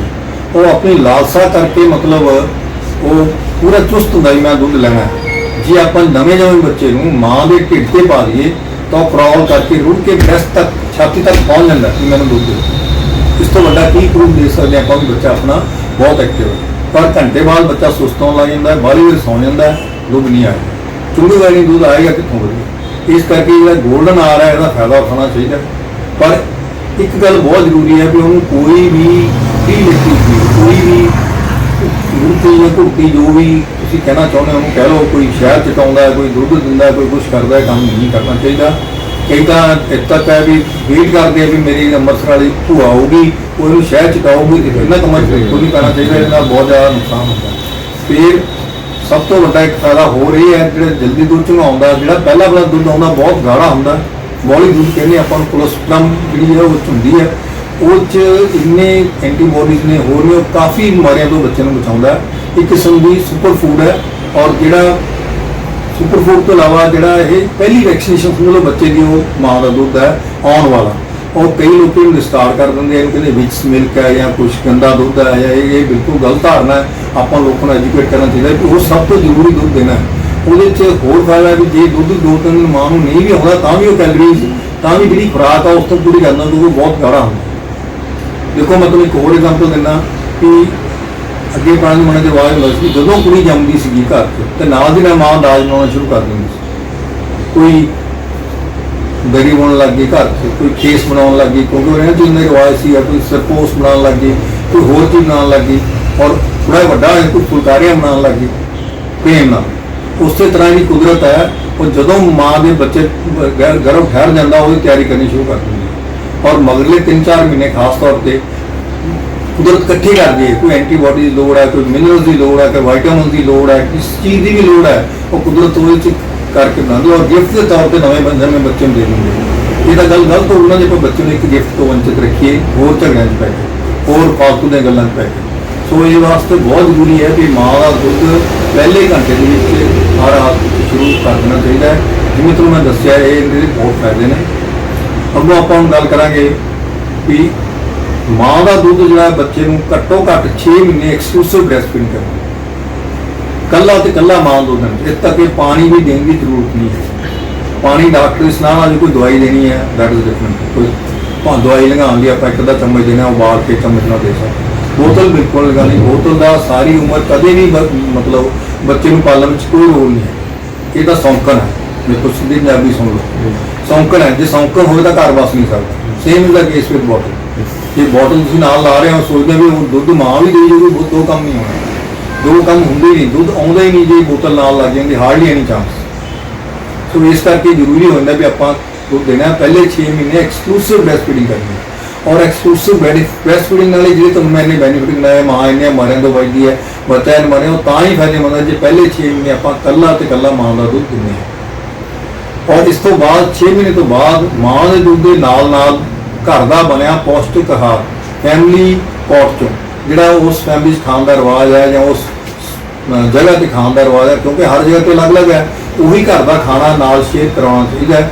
ਵਿੱਚ ਮਸਾਲਾ ਨਾ ਹੋਵੇ, ਤਕਰੀਬਨ ਸਾਰਿਆਂ ਦੀ ਖਿਚੜੀ ਦੀ ਹੈ, ਹੋਰ ਹੈ, ਸਿੰਪਲ ਚੀਜ਼ਾਂ ਨਾਲ ਦੇ ਨਾਲ ਸ਼ੁਰੂ ਕਰ ਦਿੰਦੇ। ਪਹਿਲਾਂ 2-3 ਵਾਰ ਕਹਿਣਾ ਚਾਹੀਦਾ, ਹੌਲੀ ਹੌਲੀ ਉਹਨੂੰ ਵਧਾ ਲੈਣਾ ਚਾਹੀਦਾ ਹੈ। 2 ਸਾਲ ਤੱਕ ਕਹੀਏ, 2 ਸਾਲ ਤੱਕ ਬੱਚਾ ਹਾਰਡਲੀ ਨੀਡਸ ਐਨੀ ਮਿਲਕ, ਬੋਤਲ ਕੀ ਦੁੱਧ ਦੀ ਵੀ ਕੋਈ ਲੋੜ ਨਹੀਂ ਹੁੰਦੀ। ਔਰ 1 ਸਾਲ ਤੱਕ ਕੋਈ ਜੂਸ ਵਗੈਰਾ ਨਹੀਂ ਦੇਣਾ ਚਾਹੀਦਾ, ਫਾਇਦਾ ਨਹੀਂ ਨੁਕਸਾਨ ਹੀ ਹੈ। ਦੁੱਧ ਇਸ ਉਮਰ ਦੀ ਮਾਂ ਘੱਟੋ ਘੱਟ ਜੇ ਜ਼ਿਆਦਾ ਨਹੀਂ ਤਾਂ ਅੱਧਾ kilo 700 gram something like this ਇੰਨਾ ਦੁੱਧ ਉਹਦਾ ਪ੍ਰੋਡਿਊਸ ਕਰਦੀ ਰਹਿੰਦੀ ਹੈ। ਤੁਸੀਂ ਆਪ ਹੀ ਦੇਖ ਲਓ ਕਿ ਇਹਨਾਂ ਦੁੱਧ ਬੱਚੇ ਨੂੰ ਬਹੁਤ ਹੈ, ਜਦ ਨਾਲ ਉਹ ਖਾਊ ਪੀਊਗਾ ਤਾਂ ਇੰਨਾ ਦੁੱਧ ਬਹੁਤ ਹੈ। ਵੈਸੇ ਵੀ ਕਾਸਟ ਵਾਈਜ਼ ਦੇਖ ਲਓ, ਮੇਰੇ ਖਿਆਲ ਅੱਧਾ ਕਿਲੋ ਦੁੱਧ ਵੀ 30 ਰੁਪਏ ਦਾ ਹੋਣਾ ਅੱਜ ਕੱਲ੍ਹ ਦੇ ਜ਼ਮਾਨੇ 'ਚ, ਹੈ ਨਾ। ਔਰ ਕਿੰਨੇ ਬੰਦੇ ਨੂੰ ਤਾਂ ਇਹਦੀ ਕਾਸਟ ਇੰਨੀ ਪੈਂਦੀ ਕਿ ਆਪਣੀ ਤਨਖਾਹ ਅੱਧੀ ਤੋਂ ਜ਼ਿਆਦਾ ਇੱਕ ਬੱਚਾ ਪਾਲਣ ਦੇ ਲਾਉਂਗੇ। ਪਹਿਲਾਂ ਸ਼ੌਕ ਸ਼ੁਰੂ ਕਰ ਲੈਂਦੇ, ਬੋਤਲਾਂ ਦੋਨਾਂ ਕਿਸੇ ਕੈਮਿਸਟ ਦੇ ਕਹੇ ਜਾਂ ਕਿਸੇ ਹੋਰ ਦੇ ਕਹੇ, ਜੋ ਸ਼ੁਰੂ ਕਰ ਲੈਂਦੇ, ਮਾਂ ਦੁੱਧ ਮੁੜ ਜਾਂਦਾ, ਜਿਹੜਾ ਉਹ ਦੁੱਧ ਹੈ ਫਿਰ ਉਹਨੂੰ ਤਾਂ ਪੁੱਗਦਾ ਨਹੀਂ। ਫਿਰ ਕੀ ਕਰਦੇ, ਪਾਣੀ ਪਾਉਣ ਲੱਗ ਜਾਂਦੇ। ਜੇ 1 ਔਂਸ ਬਣਾਉਣਾ ਤਾਂ 2 ਔਂਸ ਉਹਨਾਂ ਹੀ ਦੁੱਧ ਬਣਾਉਣਗੇ, ਉਹਦੇ ਨਾਲ ਬੱਚਾ ਕੁਪੋਸ਼ਿਤ ਹੋ ਜਾਂਦਾ, ਫਿਰ ਡਾਕਟਰਾਂ ਚੱਕਰ ਕੱਟੀ ਜਾਂਦੇ। ਟੂ ਬੀ ਵੈਰੀ ਫਰੈਂਕ, ਮਤਲਬ ਜਿਹੜਾ ਸਹੀ ਕੰਮ ਇਹੀ ਹੈ ਕਿ ਦੁੱਧ ਜਿਹੜਾ ਮਾਂ ਦਾ ਹੀ ਦੇਣਾ ਚਾਹੀਦਾ ਹੈ। ਔਰ ਇਹ ਕੋਈ ਜ਼ਰੂਰੀ ਨਹੀਂ ਕਿ 2 ਸਾਲ ਤੱਕ ਜਿਹਨਾਂ ਦਾ ਬੱਚਾ ਲੈਣਾ ਚਾਹੁੰਦਾ, ਮਾਂ ਦੇਣਾ ਚਾਹੁੰਦੀ 3 ਸਾਲ 4 ਸਾਲ ਤੱਕ ਵੀ ਦੁੱਧ ਦੇ ਸਕਦਾ, ਤਾਂ ਕੋਈ ਕਿਸੇ ਪਾਸੇ ਨੁਕਸਾਨ ਨਹੀਂ। ਬਹੁਤ ਲੋਕਾਂ ਨੂੰ ਵਹਿਮ ਹੈ ਵੀ ਸ਼ਾਇਦ ਜੇ ਮੈਂ ਦੁੱਧ ਲੰਬਾ ਟਾਈਮ ਦੇਵਾਂਗੇ ਤਾਂ ਕੋਈ ਨੁਕਸਾਨ ਹੋ, ਐਸਾ ਕੁਛ ਨਹੀਂ। ਠੀਕ ਹੈ, ਆਰਡਰ ਵੇਜ ਤੱਕ ਵੀ ਆਪਾਂ ਮਤਲਬ ਦੁੱਧ ਦੇ ਸਕਦੇ ਹਾਂ। ਤੇ ਹੁਣ ਆਪਾਂ ਗੱਲ ਕਰਾਂਗੇ ਵੀ ਜਿਹੜਾ ਆਪਟੀਮਮ ਫੀਡਿੰਗ ਦੀ ਆਪਾਂ ਗੱਲ ਕਰ ਲਈ, ਜਿਹੜੀ ਇਹ ਵੀ ਗੱਲ ਕਰ ਲਈ ਆਪਾਂ ਵੀ ਅਰਲੀ ਇਨੀਸ਼ੀਏਸ਼ਨ ਕਿਉਂ ਹੈ। ਫਿਰ ਆਪਾਂ ਗੱਲ ਕरें ਪ੍ਰੋਬਲਮਸ ਕੀ ਨੇ, ਕੀ ਪ੍ਰੋਬਲਮ ਆ ਸਕਦੀਆਂ ਮਾਂ ਨੂੰ ਬੱਚੇ ਨੂੰ ਦੁੱਧ ਦੇ ਕੁਝ ਪ੍ਰੋਬਲਮ ਆ ਸਕਦੀਆਂ। ਸਭ ਤੋਂ ਪਹਿਲੀ ਪ੍ਰੋਬਲਮ ਤਾਂ ਉਹਦੀ ਪ੍ਰਾਇਮਰੀ ਗ੍ਰੈਵਿਟੀ ਦਾ ਮਦਰ, ਜਦੋਂ ਮਾਂ ਜਿਹੜੀ ਹੈ ਉਹ ਪਹਿਲੀ ਵਾਰੀ ਜਨਮ ਦਿੰਦੀ ਹੈ ਤਾਂ ਉਹਨੂੰ ਅੰਦਰੋਂ ਤਾਂ ਰੱਬ ਨੇ ਬਖਸ਼ੀ ਹੁੰਦੀ ਹੈ ਗੱਲ ਕਿ ਵੀ ਦੁੱਧ ਆਪਣਾ ਦੇਣਾ ਹੈ, ਪਰ ਉਹ 'ਚ ਕੌਨਫੀਡੈਂਸ ਨਹੀਂ ਹੁੰਦਾ, ਉਹਨੂੰ ਤਜਰਬਾ ਵੀ ਨਹੀਂ ਹੁੰਦਾ, ਕੌਨਫੀਡੈਂਸ ਵੀ ਨਹੀਂ ਹੁੰਦਾ। ਜਦ ਤੱਕ ਉਹਦੀ ਸਹੀ ਗਾਈਡੈਂਸ ਨਾ ਹੋਵੇ, ਉਹਨੂੰ ਕੋਈ ਹੌਸਲਾ ਦੇਣਾ, ਅੱਜ ਤੱਕ ਉਹਦਾ ਜੁਆਇੰਟ ਫੈਮਿਲੀ 'ਚ ਖਤਮ ਹੋ ਗਿਆ ਹੈ ਨਾ, ਕੋਈ ਬਾਹਲਾ ਹੌਸਲਾ ਦੇਣ ਵਾਲਾ ਬੰਦਾ ਵੀ ਨਹੀਂ ਲੱਭਦਾ, ਸਮਝਾਉਣ ਵਾਲਾ ਬੰਦਾ ਵੀ ਨਹੀਂ ਲੱਭਦਾ, ਤਾਂ ਉਹ ਕੀ ਹੁੰਦਾ ਵੀ ਜਦ ਉਹਨੂੰ ਐਂ ਲੱਗਦਾ ਵੀ ਜਿਹੜਾ ਮੈਨੂੰ ਤਾਂ ਦੁੱਧ ਪਹਿਲੇ ਜਿਹੜਾ ਦੁੱਧ ਆਉਣਾ ਹੀ ਲੇਟ ਹੁੰਦਾ ਹੈ, ਆਮ ਤੌਰ ਤੇ 30 ਘੰਟੇ ਤੋਂ ਬਾਅਦ ਜਾਂ 3rd ਡੇ ਤੇ ਆ ਕੇ ਦੁੱਧ ਆਉਣਾ ਸ਼ੁਰੂ ਹੁੰਦਾ ਹੈ, ਤਾਂ ਮਾਂ ਇੰਨੇ 'ਚ ਨਰਵਸ ਹੋ ਜਾਂਦੀ ਕਿ ਦੁੱਧ ਤਾਂ ਮੈਨੂੰ ਅਜੇ ਵੀ ਨਹੀਂ ਆਇਆ, ਅਜੇ ਵੀ ਨਹੀਂ ਆਇਆ, ਉਹ ਬੋਤਲ ਲਾਉਣ ਮਗਰ ਭਾਈ ਫਿਰ ਕੀ ਹੋ ਜਾਂਦਾ, ਬੋਤਲ ਲਾ ਲੈਂਦੀ ਇੱਕ ਵਾਰੀ ਤਾਂ ਦੁੱਧ ਆਉਣ ਲੱਗ ਜਾਂਦਾ, ਛਾਤੀ ਫੁੱਲਣ ਲੱਗ ਜਾਂਦੀ, ਕਿਉਂਕਿ ਦੁੱਧ ਜੇ ਬੱਚਾ ਮਾਂ ਨੂੰ ਆਪਣੇ ਬੋਤਲਾਂ ਤਰੀਕੇ ਨਾਲ ਚੁੰਘੂ ਦੁੱਧ ਆਊਗੀ, ਵੈਸੇ ਵੀ ਦੁੱਧ ਲੇਟ ਹੋਣਾ ਇਸ ਕਰਕੇ ਬੱਚਾ ਜਦੋਂ ਦੁੱਧ ਚੁੰਘਦਾ ਦੁੱਧ ਆਉਣੇ ਛਾਤੀ ਫੁੱਲ ਜਾਂਦੀ ਹੈ, ਇੰਗੋਰਜਮੈਂਟ ਹੋ ਜਾਂਦੀ ਹੈ। ਇਨਵਾਇਰਨਮੈਂਟ ਹੋ ਗਈ, ਉਹਦਾ ਜੇ ਨਹੀਂ ਟਾਈਮ ਸਿਰ ਆਪਾਂ ਉਹਨੂੰ ਵੈਕੂਏਟ ਕਰਿਆ, ਉਹਨੂੰ ਹੱਥ ਨਾਲ ਜਾਂ ਪੰਪ ਨਾਲ ਨਹੀਂ ਦੁੱਧ ਕੱਢਿਆ, ਉਹ ਛਾਤੀ ਪੱਕ ਜਾਂਦੀ, ਛਾਤੀ ਪੱਕ ਗਈ, ਪਸ ਪੈ ਗਈ, ਉਹ ਸਾਰੇ ਕੰਮ ਖਰਾਬ ਹੋ ਗਿਆ, ਐ ਸਮਝ ਲਓ ਉਹਦੇ ਪੈਰ 'ਤੇ ਆਪੇ ਕੋੜਾ ਹੋ ਗਿਆ। ਉਹਦੇ ਨਾਲ ਕੀ ਹੋਊਗਾ, ਦੁੱਧ ਤੋਂ ਬੱਚਾ ਵੰਚਿਤ ਰਿਹਾ, ਉਹਦੇ ਪੱਲੇ ਬੋਤਲਾਂ ਤੇ ਬਿਮਾਰੀਆਂ ਰਹੀਆਂ। ਸੋ ਇਸ ਕਰਕੇ ਵੀ ਇਹ ਜ਼ਰੂਰੀ ਹੈ, ਇੱਕ ਵੱਡੀ ਪ੍ਰੋਬਲਮ ਹੈ ਕਿ ਆਪਾਂ ਮਾਂ ਨੂੰ ਜ਼ਰੂਰ ਸਹੀ ਉਹਨੂੰ ਪ੍ਰੇਰਨਾ ਦੇਈਏ, ਸਹੀ ਉਹਨੂੰ ਸਿੱਖਿਆ ਦੇਈਏ, ਔਰ ਇਹ ਜ਼ਰੂਰੀ ਡਿਊਟੀ ਬਣਦੀ ਜਿਹੜੀ ਐਂਟੀਨੇਟਲ ਹੈਲਥ ਕੇਅਰ ਵਾਲੇ ਨੇ, ਹੈਲਥ ਵਰਕਰ ਨੇ, ਜਦੋਂ ਐਂਟੀਨੇਟਲੀ ਕੇਅਰ ਕਰਦੇ ਨੇ ਤਾਂ ਉਹ ਜ਼ਰੂਰੀ ਬਣ ਜਾਂਦਾ ਵੀ ਮਾਂ ਨੂੰ ਇਹ ਗੱਲਾਂ ਜ਼ਰੂਰ ਸਮਝਾਉਣੀਆਂ। ਦੂਸਰੀ ਗੱਲ ਇਨਵਾਇਰਨਮੈਂਟ ਨੂੰ ਤੁਹਾਨੂੰ ਦੱਸਦੀ, ਦੂਸਰੀ ਗੱਲ ਨਿੱਪਲ 'ਚ ਪ੍ਰੋਬਲਮ ਹੈ, ਨਿੱਪਲ 'ਚ ਵੀ ਬਾਹਲੀ ਵਾਰੀ ਪ੍ਰੋਬਲਮ ਜਦੋਂ ਮਾਂ ਨੂੰ ਸਹੀ ਸਮਝਾਇਆ ਨਹੀਂ ਜਾਂਦਾ ਵੀ ਦੁੱਧ ਨੂੰ ਬੱਚੇ ਨੂੰ ਦੁੱਧ ਤੇ ਲਾਉਣਾ ਕਿਵੇਂ ਆਉਂਦਾ, ਜਾਂ ਉਹਨੂੰ ਨਹੀਂ ਸਮਝਾਇਆ ਜਾਂਦਾ ਨਾਲ ਬੋਤਲ ਲਾ ਲੈਂਦੀ, ਜਾਂ ਅੱਜ ਕੱਲ੍ਹ ਰਿਵਾਜ ਚੱਲ ਪਿਆ ਨਿੱਪਲ ਜੇ ਟੀਟ ਜੇ ਉਹ ਲਾ ਲੈਂਦੇ, ਉਹਦੇ ਨਾਲ ਨਿੱਪਲ ਕਨਫਿਊਜ਼ ਹੋ ਜਾਂਦੀ ਹੈ, ਬੱਚਾ ਜਦ ਚੁੰਘਣ ਦਾ ਤਰੀਕਾ ਗਲਤ ਹੋ ਜਾਂਦਾ ਹੈ ਔਰ ਨਿੱਪਲ 'ਚ ਕਰੈਕ ਆ ਜਾਂਦਾ, ਜਦੋਂ ਕਰੈਕ ਆਏ ਦੁੱਧ ਤੇ ਮਾਂ ਲਾਉਂਦੀ ਜਿਹੜਾ ਟੀਕਾ ਮਾਰਦੀ ਹੈ, ਉਹਨੂੰ ਦਰਦ ਹੁੰਦਾ ਹੈ, ਉਹ ਦਰਦ ਹੁੰਦਾ, ਬੱਚਾ ਵੀ ਪਰੇ ਹਟ ਜਾਂਦਾ, ਮਾਂ ਵੀ ਪਰੇ ਹਟ ਜਾਂਦੀ, ਦੁੱਧ ਨੂੰ ਉੱਥੇ ਰਹੇਗੀ। ਫਿਰ ਮਕੈਨੀਕਲ ਪ੍ਰੋਬਲਮ ਆਉਂਦੀਆਂ ਕਈ ਵਾਰੀ, ਮਕੈਨੀਕਲ ਪ੍ਰੋਬਲਮ ਵੀ ਬੱਚੇ ਨੂੰ ਕਲੈਫਟ ਲਿਪ ਹੈ, ਠੰਡਾ ਹੈ, ਉਹਦੇ ਸਭ ਤੋਂ ਜ਼ਿਆਦਾ ਪੈਲੇਟ ਹੈ, ਸੰਘ 'ਚ ਮੋਰੀ ਹੈ ਨਾ, ਇੰਨਾ ਕਰਨਾ ਕਰਕੇ ਬੱਚਾ ਨਹੀਂ ਚੁੰਘ ਸਕਦਾ, ਠੀਕ ਹੈ ਵੀ ਕਾਂਟ ਹੈਲਪ ਇਟ ਹੈ ਨਾ, ਜਾਂ ਬੱਚੇ ਦੀ ਮੂੰਹ ਥ੍ਰਸ਼ ਹੋ ਜਾਂਦੀ ਹੈ, ਫੰਗਲ ਇਨਫੈਕਸ਼ਨ ਹੋ ਗਈ, ਨਹੀਂ ਚੁੰਘ ਸਕਦਾ, ਜਾਂ ਕੋਈ ਹੋਰ ਬੱਚੇ 'ਚ ਇਹੋ ਮੂੰਹ 'ਚ ਮਕੈਨੀਕਲ ਪ੍ਰੋਬਲਮ ਆ ਗਈ, ਹਾਂ, ਜਾਂ ਬ੍ਰੈਸਟ ਬਹੁਤ ਇੰਗੌਰ ਜੋ ਵੀ ਬੱਚੇ ਦੀ ਮੂੰਹ 'ਚ ਚਿੰਤਾ ਜਾਂਦੀ, ਉਹ ਚੁੰਘੀ ਨਹੀਂ ਜਾਂਦੀ, ਮਕੈਨੀਕਲ ਪ੍ਰੋਬਲਮ ਆ ਗਈ, ਜਾਂ ਕੋਈ ਫੰਕਸ਼ਨਲ ਪ੍ਰੋਬਲਮ ਨੇ, ਬੱਚਾ ਠੀਕ ਠਾਕ ਹੈ, ਸਭ ਕੁਝ ਠੀਕ ਠਾਕ ਜਾ ਰਿਹਾ, ਪਰ ਜਿਹੜੇ ਛੋਟੇ ਬੱਚੇ ਨੇ ਦੁੱਧ ਬਹੁਤ ਕੱਢਦੇ ਨੇ, ਕੱਢਣ ਦਾ ਰੀਜ਼ਨ ਇਹ ਹੈ ਵੀ ਰੱਬ ਨੇ ਉਹਨਾਂ ਨੂੰ ਸਮਝਾ ਕੇ ਤੋਰਿਆ ਵੀ ਪੂਰਾ ਢਿੱਡ ਭਰ ਕੇ ਚੁੰਘ ਲੈਣਾ ਜਾਂ ਫਾਲਤੂ ਕੱਢ ਦੇਣਾ ਤਾਂ ਕਿ ਕੋਈ ਖਾਣਾ ਰਹੇ ਬੱਚਾ, ਤਾਂ ਉਹ 'ਚ ਕੋਈ ਹਰਜ ਨਹੀਂ ਹੁੰਦਾ, ਉਹਨੇ ਫਾਲਤੂ ਦੁੱਧ ਕੱਢਣਾ ਹੁੰਦਾ, ਪਰ ਮਾਂ ਨੂੰ ਐਂ ਲੱਗਦਾ ਮੇਰੇ ਦੁੱਧ 'ਚ ਕੋਈ ਖਰਾਬੀ ਹੈ, ਜਿਹੜਾ ਇਹ ਵਾਰੀ ਕੱਢੀ ਜਾਂਦਾ ਉਹ ਫਿਰ ਬੋਤਲ ਵੱਲ ਭਾਈਦਾ।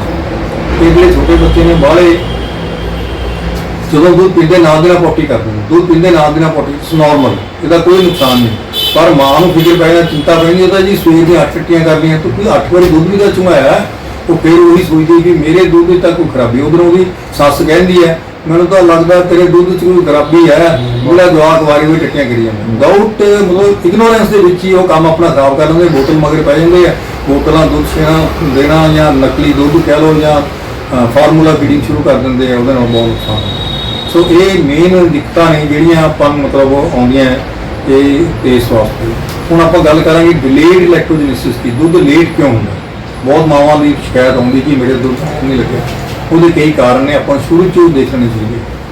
ਆਮ ਜਿਹੜਾ ਕਾਰਨ ਹੈਗਾ ਉਹ ਪ੍ਰਾਇਮਰੀ ਗ੍ਰੈਵਿਟੀ ਮਦਰ, ਆਪਾਂ ਜਿਵੇਂ ਹੁਣੇ ਗੱਲ ਕਰਕੇ ਹਟੇ ਆ, ਉਹਨੂੰ ਇੰਨੀ ਸਮਝ ਨਹੀਂ ਹੁੰਦੀ, ਇੰਨਾ ਕੌਨਫੀਡੈਂਸ ਨਹੀਂ ਹੁੰਦਾ, ਉਹ ਪ੍ਰਾਇਮਰੀ ਗ੍ਰੈਵਿਟੀ ਮਦਰ 'ਚ ਜਿਹੜੀ ਜ਼ਿਆਦਾ ਪ੍ਰੋਬਲਮ ਫਿਰ ਉਦੋਂ ਹੁੰਦੀ ਜਦੋਂ ਪਹਿਲਾਂ ਡਾਕਟਰ ਕਹਿੰਦਾ ਇਹਦਾ ਤਾਂ ਡਿਲੀਵਰੀ ਨਾਰਮਲ ਹੋਊਗੀ, ਕੋਈ ਦਿੱਕਤ ਨਹੀਂ, ਪਰ ਅਖੀਰ ਤੇ ਫੈਸਲਾ ਹੋ ਜਾਂਦਾ ਅਰਜੈਂਟ ਸੀਰੀਅਸ ਸੈਕਸ਼ਨ, ਉਹਦੇ ਨਾਲ ਵੀ ਜਿਹੜੀ ਲੈਕਟੇਸ਼ਨ ਡਿਲੇ ਹੁੰਦੀ। ਇਸੇ ਤਰ੍ਹਾਂ ਹੀ ਜਦੋਂ ਪ੍ਰੋਲੋਂਗ ਟਾਈਮ ਜ਼ਿਆਦਾ ਟਾਈਮ ਮਾਂ ਲੇਬਰ 'ਚ ਪਈ ਰਹੀ ਤਾਂ ਵੀ ਹੈ, ਜਾਂ ਉਹਨਾਂ ਮਦਰਸ ਪ੍ਰੋਬਲਮ ਜਿਹੜੀਆਂ ਬਹੁਤ ਮੋਟੀਆਂ ਨੇ, ਜਾਂ ਉਹਨਾਂ ਮਦਰਸ ਪ੍ਰੋਬਲਮ ਜਿਹੜੀ ਡਾਇਬੀਟਿਕ ਨੇ, ਠੀਕ ਹੈ, ਜਾਂ ਇੱਦਾਂ ਦੀ ਕੋਈ ਹੋਰ ਬਿਮਾਰੀ ਦਾ, ਜਾਂ ਕਿਸੇ ਕਾਰਨ ਕਰਕੇ ਬੱਚੇ ਹੀ ਦੁੱਧ ਚੰਗੀ ਤਰ੍ਹਾਂ ਨਹੀਂ ਚੁੰਘ ਰਿਹਾ, ਇਸ ਕਰਕੇ ਵੀ ਕਈ ਵਾਰੀ ਦਿੱਕਤ ਆਉਂਦੀ ਹੈ ਤੇ ਦੁੱਧ ਚੜਾਉਣ 'ਚ ਦਿੱਕਤ ਆਉਂਦੀ ਹੈ।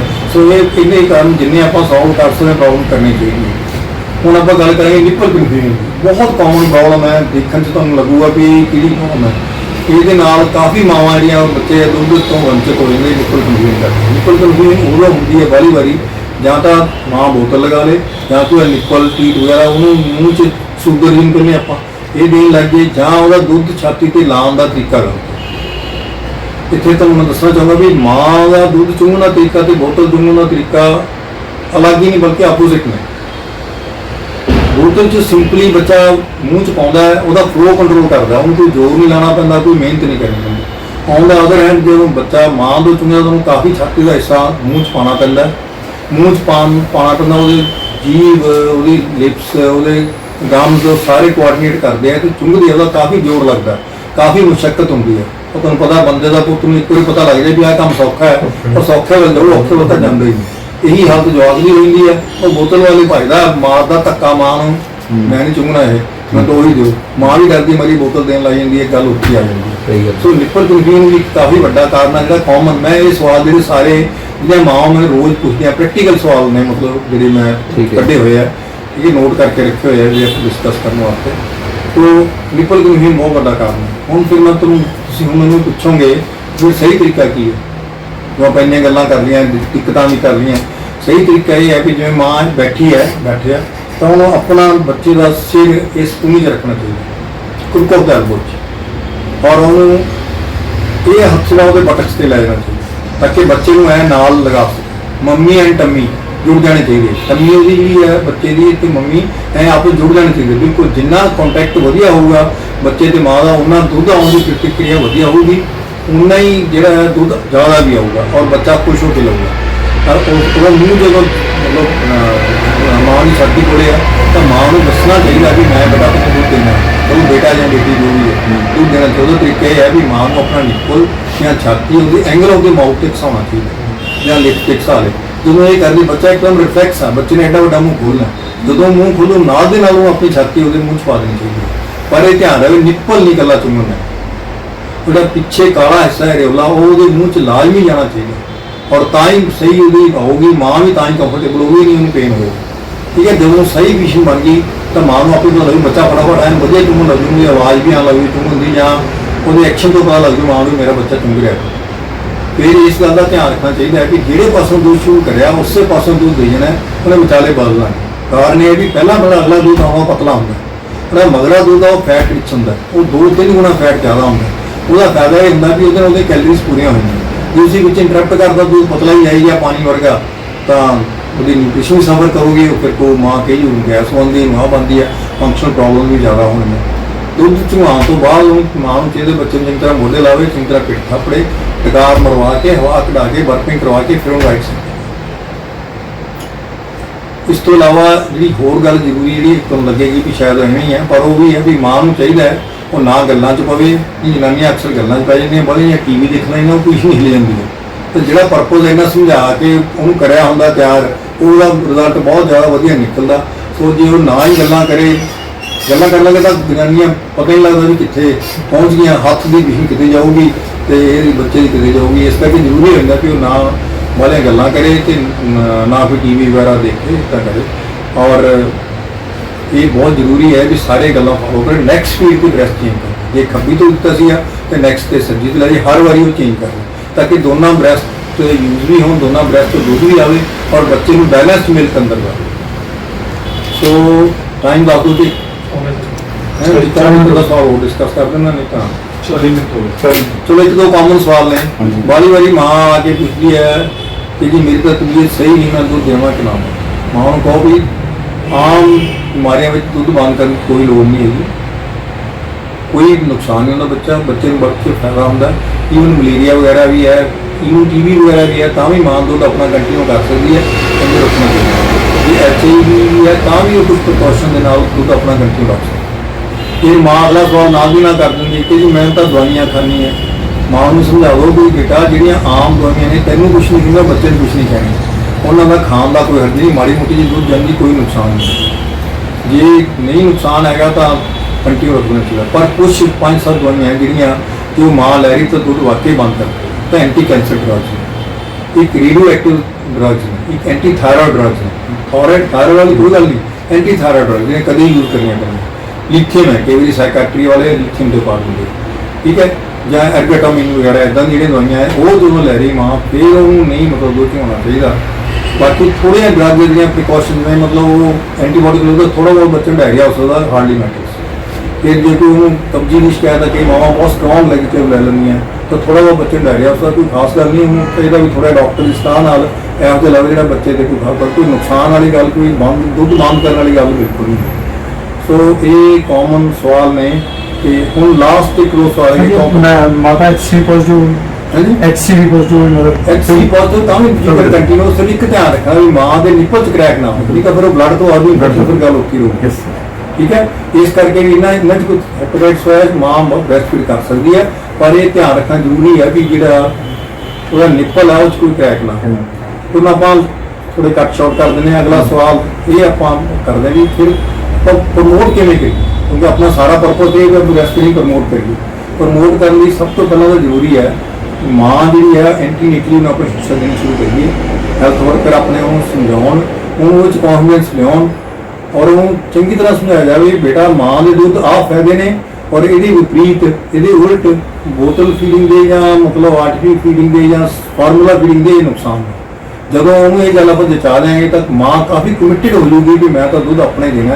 ਔਰ ਕੋਈ ਦੂਸਰੀ ਗੱਲ ਹੈ ਜੇ ਆਪਾਂ ਨੂੰ ਹੈਲਥ ਵਰਕਰ ਉਹਦੀ ਟ੍ਰੇਨਿੰਗ ਸਹੀ ਕਰਨੀ ਚਾਹੀਦੀ ਹੈ, ਉਹ ਵੀ ਕਮਿਟਡ ਹੋਣੇ ਚਾਹੀਦੇ ਹੈ, ਉਹ ਵੀ ਟ੍ਰੇਨਡ ਹੋਣੇ ਚਾਹੀਦੇ ਹੈ, ਉਹਨਾਂ ਦੀ ਨੌਲੇਜ ਵੀ ਸਹੀ ਹੋਣੀ ਚਾਹੀਦੀ ਹੈ, ਬ੍ਰੈਸਟ ਫੀਡਿੰਗ ਬਾਰੇ ਵੀ ਸਹੀ ਸਲਾਹ ਦੇ ਸਕਣ ਔਰ ਉਹਦੇ ਬੋਟਲ ਫੀਡਿੰਗ ਦੀ ਉਲਟ ਵੀ ਸਹੀ ਸਲਾਹ ਦੇ ਸਕਣ। ਉਹ ਤਾਂ ਹੀ ਦੇ ਸਕਣਗੇ ਜੇ ਉਹ। ਤੀਸਰੀ ਗੱਲ ਹੈ ਸਪੋਰਟ ਮਿਲਣੀ ਚਾਹੀਦੀ ਮਾਂ ਨੂੰ, ਗਵਰਨਮੈਂਟ ਤੋਂ ਵੀ, ਗਵਰਨਮੈਂਟ ਦੀਆਂ ਪਾਲਿਸੀਜ਼ ਹਨ, ਫੈਮਿਲੀ ਤੋਂ ਵੀ, ਚਾਹੇ ਉਹਦੀ ਮਦਰ ਇਨ ਲਾ ਹੈ, ਚਾਹੇ ਉਹਦੀ ਮਦਰ ਹੈ, ਚਾਹੇ ਨਨਾਣ ਹੈ, ਜੋ ਵੀ ਉਹਨੂੰ ਸਪੋਰਟ ਮਿਲਣੀ ਚਾਹੀਦੀ। ਜਿੱਥੇ ਕੰਮ ਕਰਦੀ ਉਹਦੀ ਇੰਪਲਾਇਰ ਤੋਂ ਸਪੋਰਟ ਮਿਲਣੀ ਚਾਹੀਦੀ। ਪਬਲਿਕਲੀ ਜੇਕਰ ਦੁੱਧ ਫੀਡ ਕਰਨਾ ਚਾਹੀਦੀ, ਇਹ ਨਹੀਂ ਕਿ ਆਹ ਕਾਰਨ ਜਦੋਂ ਜਾਂ ਉੱਥੇ ਦੁੱਧ ਚੁਗਾਈ ਦੀ ਪਬਲਿਕ ਪਲੇਸ, ਉਹਨੂੰ ਸਪੋਰਟ ਮਿਲਣੀ ਚਾਹੀਦੀ।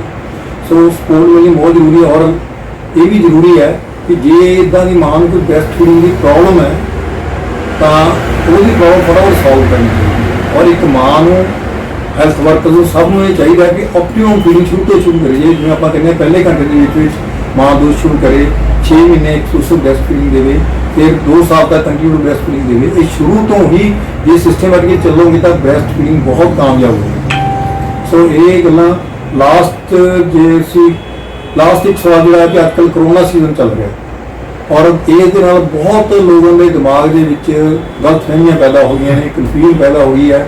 ਇਵਨ ਹੈਲਥ ਵਰਕਰਸ ਨੂੰ ਵੀ ਕਨਫਿਊਜ਼ਨ ਹੋ ਗਈ ਦੁੱਧ ਦੇਣਾ ਕਿ ਨਹੀਂ ਦੇਣਾ ਮਾਂ ਨੂੰ। ਇਸ ਸੀਜ਼ਨ 'ਚ ਕੋਵਿਡ ਜੇ ਮੰਨ ਲਓ ਹੋਇਆ, COVID-19 ਹੋ ਗਿਆ, ਕਿ ਮਾਂ ਨੂੰ ਦੁੱਧ ਦੇਣਾ ਚਾਹੀਦਾ ਕਿ ਨਹੀਂ। WHO ਵੱਲੋਂ ਵੀ, ਸਾਡੀ IAP ਵੱਲੋਂ ਵੀ, NNF ਵੱਲੋਂ ਵੀ, ਪੌਕਸੀ ਵੱਲੋਂ ਵੀ ਬਿਲਕੁਲ ਗੱਲ ਕਲੀਅਰ ਹੈ ਕਿ ਮਾਂ ਨੇ ਦੁੱਧ ਆਪਣਾ ਦੇਣਾ ਹੀ ਦੇਣਾ, ਠੀਕ ਹੈ। ਉਹਨੇ ਉਹ ਜਿਵੇਂ ਆਪਾਂ ਤੋਂ ਦੂਜੇ ਬੱਚੇ ਨੂੰ ਸਮਝਾਇਆ ਸਕਿਨ ਟੂ ਸਕਿਨ ਕੰਟੈਕਟ, ਉਹਨੇ ਬੱਚੇ ਨੂੰ ਨਾਲ ਦੀ ਨਾਲ ਪਾਲਣਾ ਹੈ।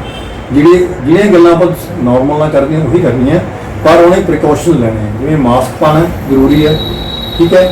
ਉਹਨੇ ਹੱਥ ਧੋਣੇ ਵਾਰੀ ਜਿਹੜਾ ਆਲਾ ਦੁਆਲਾ ਜਿਵੇਂ ਫੋਮਾਈਸ ਨੂੰ ਸੈਨੀਟਾਈਜ਼ ਕਰਨਾ, ਜਿੱਥੇ ਵੀ ਉਹਨੂੰ ਲੱਗਦਾ ਕਿ ਇੱਥੇ ਇਨਫੈਕਸ਼ਨ ਹੋ ਸਕਦੀ ਸਾਰਾ, ਇਹ ਸਾਰੀ ਤਰ੍ਹਾਂ ਧਿਆਨ ਰੱਖੇ ਕਿਉਂ ਕਰ ਸਕਦੇ। ਮੈਂ ਤਾਂ ਇੱਥੇ ਤੱਕ ਵੀ ਕਹਿੰਦਾ ਕਿ ਕਈ ਵਾਰੀ ਮਾਂ ਦੀ ਤਬੀਅਤ, ਉਹ ਮਾਂ ਨੂੰ ਚਾਹੇ COVID-19 ਹੈ ਚਾਹੇ ਸਸਪੈਕਟਡ ਹੈ, ਗੱਲ ਇੱਕੋ ਹੀ ਹੈ, ਸਾਰਾ ਆਪਾਂ ਕੰਮ ਉਹੀ ਕਰਨਾ ਹੈ। ਔਰ ਜੇਕਰ ਮਾਂ ਦੀ ਜ਼ਿਆਦਾ ਖਰਾਬ ਹੈ ਤਾਂ ਉਹ ਆਪਣਾ ਦੁੱਧ ਪੰਪ ਨਾਲ ਜਾਂ ਹੱਥ ਨਾਲ ਚੰਗੀ ਤਰ੍ਹਾਂ ਹਾਈਜੀਨਿਕਲੀ ਕੱਢ ਕੇ ਵੀ ਬੱਚੇ ਨੂੰ ਦੇ ਸਕਦੀ ਹੈ, ਇਹ 'ਚ ਕੋਈ ਨੁਕਸਾਨ ਨਹੀਂ ਹੈ। ਅਜੇ ਤੱਕ ਕੋਈ ਕੇਸ ਨਹੀਂ ਲੱਭਿਆ ਜਾਂ ਜਿੱਥੋਂ ਆਪਾਂ ਇਹ ਕਹਿ ਸਕੀਏ ਕਿ ਬ੍ਰੈਸਟ ਮਿਲਕ ਤੋਂ ਜਿਹੜਾ ਵਾਇਰਸ ਆ ਉਹਨੂੰ ਚਲਾ, ਠੀਕ ਹੈ। ਇਸ ਕਰਕੇ ਜ਼ਰੂਰੀ ਲਾਸਟਲੀ ਜਸਟ ਇੱਕ ਦੋ ਸੁਨੇਹੇ ਦੇਣੇ। ਮੈਂ ਇੱਕ ਤਾਂ ਇਹੀ ਸੁਨੇਹਾ ਦੇਣਾ ਕਿ ਜਿਹੜਾ ਮਾਂ ਦਾ ਦੁੱਧ ਆ ਉਹ ਪਰਿਆਵਰਨ ਨੂੰ ਠੀਕ ਕਰਦਾ ਹੈ, ਪਰਿਆਵਰਨ ਦੇ ਹੱਕ 'ਚ ਹੈ। ਜਿਹੜੀ ਬੋਤਲ ਜਾਂ ਆਰਟੀਫੀਸ਼ੀਅਲ ਫੀਡਿੰਗ ਹੈ ਉਹ ਉਲਟ ਹੈ ਕਿ ਆਪਾਂ ਉਹਦਾ ਮਾਹੌਲ, ਆਪਣਾ ਜਿਹੜਾ ਪਰਿਆਵਰਨ ਹੈ, ਜਿਹੜਾ ਆਪਣਾ এনवायरमेंट ਹੈ, ਉਹਨੂੰ ਆਪਾਂ ਖਰਾਬ ਕਰ ਰਹੇ ਹਾਂ, ਆਪਣੇ ਆਪ ਦੇ ਪੈਰੈਂਟ ਨੂੰ, ਆਪਣੀ ਧਰਤੀ ਮਾਂ ਨੂੰ ਖਰਾਬ ਕਰ ਰਹੇ ਹਾਂ, ਦੁੱਖ ਦੇ ਰਹੇ ਹਾਂ ਜੀ ਆਪਾਂ ਦੂਜਾ ਦੁੱਧ ਦਿੰਦੇ ਹਾਂ। ਸੋ ਸਹੀ ਨਤੀਜਾ ਇਹੀ ਹੈ ਕਿ ਆਪਾਂ ਆਪਦਾ ਹੀ ਦੁੱਧ ਦੇਣਾ। ਦੂਸਰੀ ਗੱਲ ਹੈ ਬੱਚੇ ਜੰਮਦੇ ਬੱਚੇ ਨੂੰ ਵਿਦਨ ਫਸਟ ਆਵਰ ਜੇ ਨਾਰਮਲ ਡਿਲੀਵਰੀ ਦੁੱਧ ਸ਼ੁਰੂ ਕਰੇ ਮਾਂ, ਵਿਦਨ 4 ਆਵਰਸ ਜੇ ਉਹ ਸੀਰੀਅਸ ਸੈਕਸ਼ਨ ਡਿਲੀਵਰੀ ਸ਼ੁਰੂ ਕਰੇ, ਘੰਟਾ 2 ਘੰਟੇ ਸਕਿਨ ਟੂ ਸਕਿਨ ਕੰਟੈਕਟ ਪਾਵੇ, ਪ੍ਰੀ-ਲੈਕਟਿਵ ਫੀਡ ਕੋਈ ਨਾ ਦੇਵੇ, ਕੋਈ ਕੁੱਟੀ ਗੁੱਟੀ ਵਗੈਰਾ ਬਿਲਕੁਲ ਨਾ ਦੇਵੇ, ਠੀਕ ਹੈ। 6 ਮਹੀਨੇ ਘੱਟੋ ਘੱਟ ਐਕਸਕਲੂਸਿਵਲੀ ਬ੍ਰੈਸਟ ਫੀਡ ਕਰੇ ਔਰ 2 ਸਾਲ ਤੱਕ ਘੱਟੋ ਘੱਟ ਆਪਣੇ ਦੁੱਧ ਦੇ ਨਾਲ ਕੰਟੀਨਿਊ ਬ੍ਰੈਸਟ ਫੀਡਿੰਗ ਜਿਹੜੀ ਹੈ ਆਪਣੇ ਦੁੱਧ ਵੀ ਦੇਵੇ ਤੇ ਨਾਲ ਘਰ ਦਾ ਬਣਿਆ ਪੌਸ਼ਟਿਕ ਆਹਾਰ ਫੈਮਿਲੀ ਬਾਕਸ ਤੋਂ ਸ਼ੇਅਰ ਕਰਾਵੇ। ਇਹਨਾਂ ਸ਼ਬਦਾਂ ਨਾਲ ਮੈਂ ਮੁੜ ਕੇ ਫਿਰ ਤੋਂ ਧੰਨਵਾਦੀ ਹਾਂ ਲਾਇਨਸ ਕਲੱਬ ਸੰਗਰੂਰ ਗ੍ਰੇਟਰ ਦਾ, ਜਿਹਨੇ ਅੱਜ ਮੈਨੂੰ ਮੌਕਾ ਦਿੱਤਾ। ਇਹ ਠੀਕ ਹੈ ਦਿੱਕਤ ਸੀਗੀ ਵੀ ਆਪਾਂ ਐਕਚੁਅਲ ਨਹੀਂ ਕਰ ਸਕਦੇ ਪਰ ਵਰਚੁਅਲ ਕਰ ਲਿਆ, ਇਸ ਗੱਲ ਕਰਕੇ ਮੈਂ ਬਹੁਤ ਜ਼ਿਆਦਾ ਧੰਨਵਾਦੀ ਹਾਂ। ਔਰ ਜਿਹੜੇ ਵਿਊਅਰਸ ਮੈਨੂੰ ਦੇਖ ਰਹੇ ਆ ਉਹਨਾਂ ਦਾ ਵੀ ਮੈਂ ਬਹੁਤ ਧੰਨਵਾਦੀ ਹਾਂ ਤੇ ਉਮੀਦ ਕਰਦਾ ਵੀ ਮੇਰਾ ਜਿਹੜਾ ਅੱਜ ਦਾ ਟਾਕ ਹੈ ਕਾਫੀ ਬੰਦਿਆਂ ਲਈ ਯੂਜ਼ਫੁਲ ਰਹੀ ਹੋਵੇਗੀ। ਥੈਂਕ ਯੂ ਸੋ ਮਚ, ਬਹੁਤ ਬਹੁਤ ਧੰਨਵਾਦ, thank you. Lions Club Sangrur Greater ਵੱਲੋਂ ਅਸੀਂ ਡਾਕਟਰ ਵਿਕੇ ਹੁਜਾ ਜੀ ਦਾ ਬਹੁਤ ਬਹੁਤ ਧੰਨਵਾਦ ਕਰਦੇ ਹਾਂ ਕਿ ਉਹਨਾਂ ਨੇ ਵਰਲਡ ਬ੍ਰੈਸਟ ਫੀਡ ਵੀਕ ਦੇ ਅਵਸਰ ਤੇ ਇੱਕ ਇੰਨੀ ਜਾਣਕਾਰੀ ਭਰਪੂਰ ਸਪੀਚ ਦਿੱਤੀ। ਅਸੀਂ ਲਾਇਨਸ ਕਲੱਬ ਸੰਗਰੂਰ ਗ੍ਰੇਟਰ ਵੱਲੋਂ ਪਿਛਲੇ ਕਾਫੀ ਸਾਲਾਂ ਤੋਂ ਡਾਕਟਰ ਵੀਕੇ ਹੁੱਜਾ ਜੀ ਦੇ ਸਹਿਯੋਗ ਨਾਲ ਇਹ ਸੈਮੀਨਾਰ ਲਗਾਉਂਦੇ ਆ ਰਹੇ ਹਾਂ। ਅਲੱਗ-ਅਲੱਗ ਸਕੂਲ ਕਾਲਜਿਸ ਜਾ ਕੇ ਬੱਚਿਆਂ ਨੂੰ ਵੀ ਅਵੇਅਰ ਕਰਨ ਦੀ ਕੋਸ਼ਿਸ਼ ਕੀਤੀ ਜਾਂਦੀ ਹੈ ਹਰ ਸਾਲ, ਪਰ ਇਸ ਸਾਲ ਕਰੋਨਾ ਮਹਾਮਾਰੀ ਦੀ ਪ੍ਰੋਬਲਮ ਨੂੰ ਦੇਖਦੇ ਹੋਏ ਅਸੀਂ ਫੈਸਲਾ ਕੀਤਾ ਕਿ ਇਹਨੂੰ ਵੀਡੀਓ ਰਿਕਾਰਡ ਕਰਕੇ ਆਨਲਾਈਨ ਹੀ ਆਪਾਂ ਸੈਮੀਨਾਰ ਜਿਹੜਾ ਹੈ ਪ੍ਰਚਾਰ ਕੀਤਾ ਜਾਵੇ। ਤੇ ਸਭ ਦਾ ਇੱਥੇ ਦੇਖਣ ਦੇ ਉੱਤੇ ਸਭ ਦਾ ਵਿਊਅਰਸ ਦਾ ਸਭ ਦਾ ਧੰਨਵਾਦ ਕਰਦੇ ਹਾਂ ਕਿ ਉਹਨਾਂ ਨੇ ਅੰਤ ਤੱਕ ਇਹ ਵੀਡੀਓ ਦੇਖੀ। ਧੰਨਵਾਦ।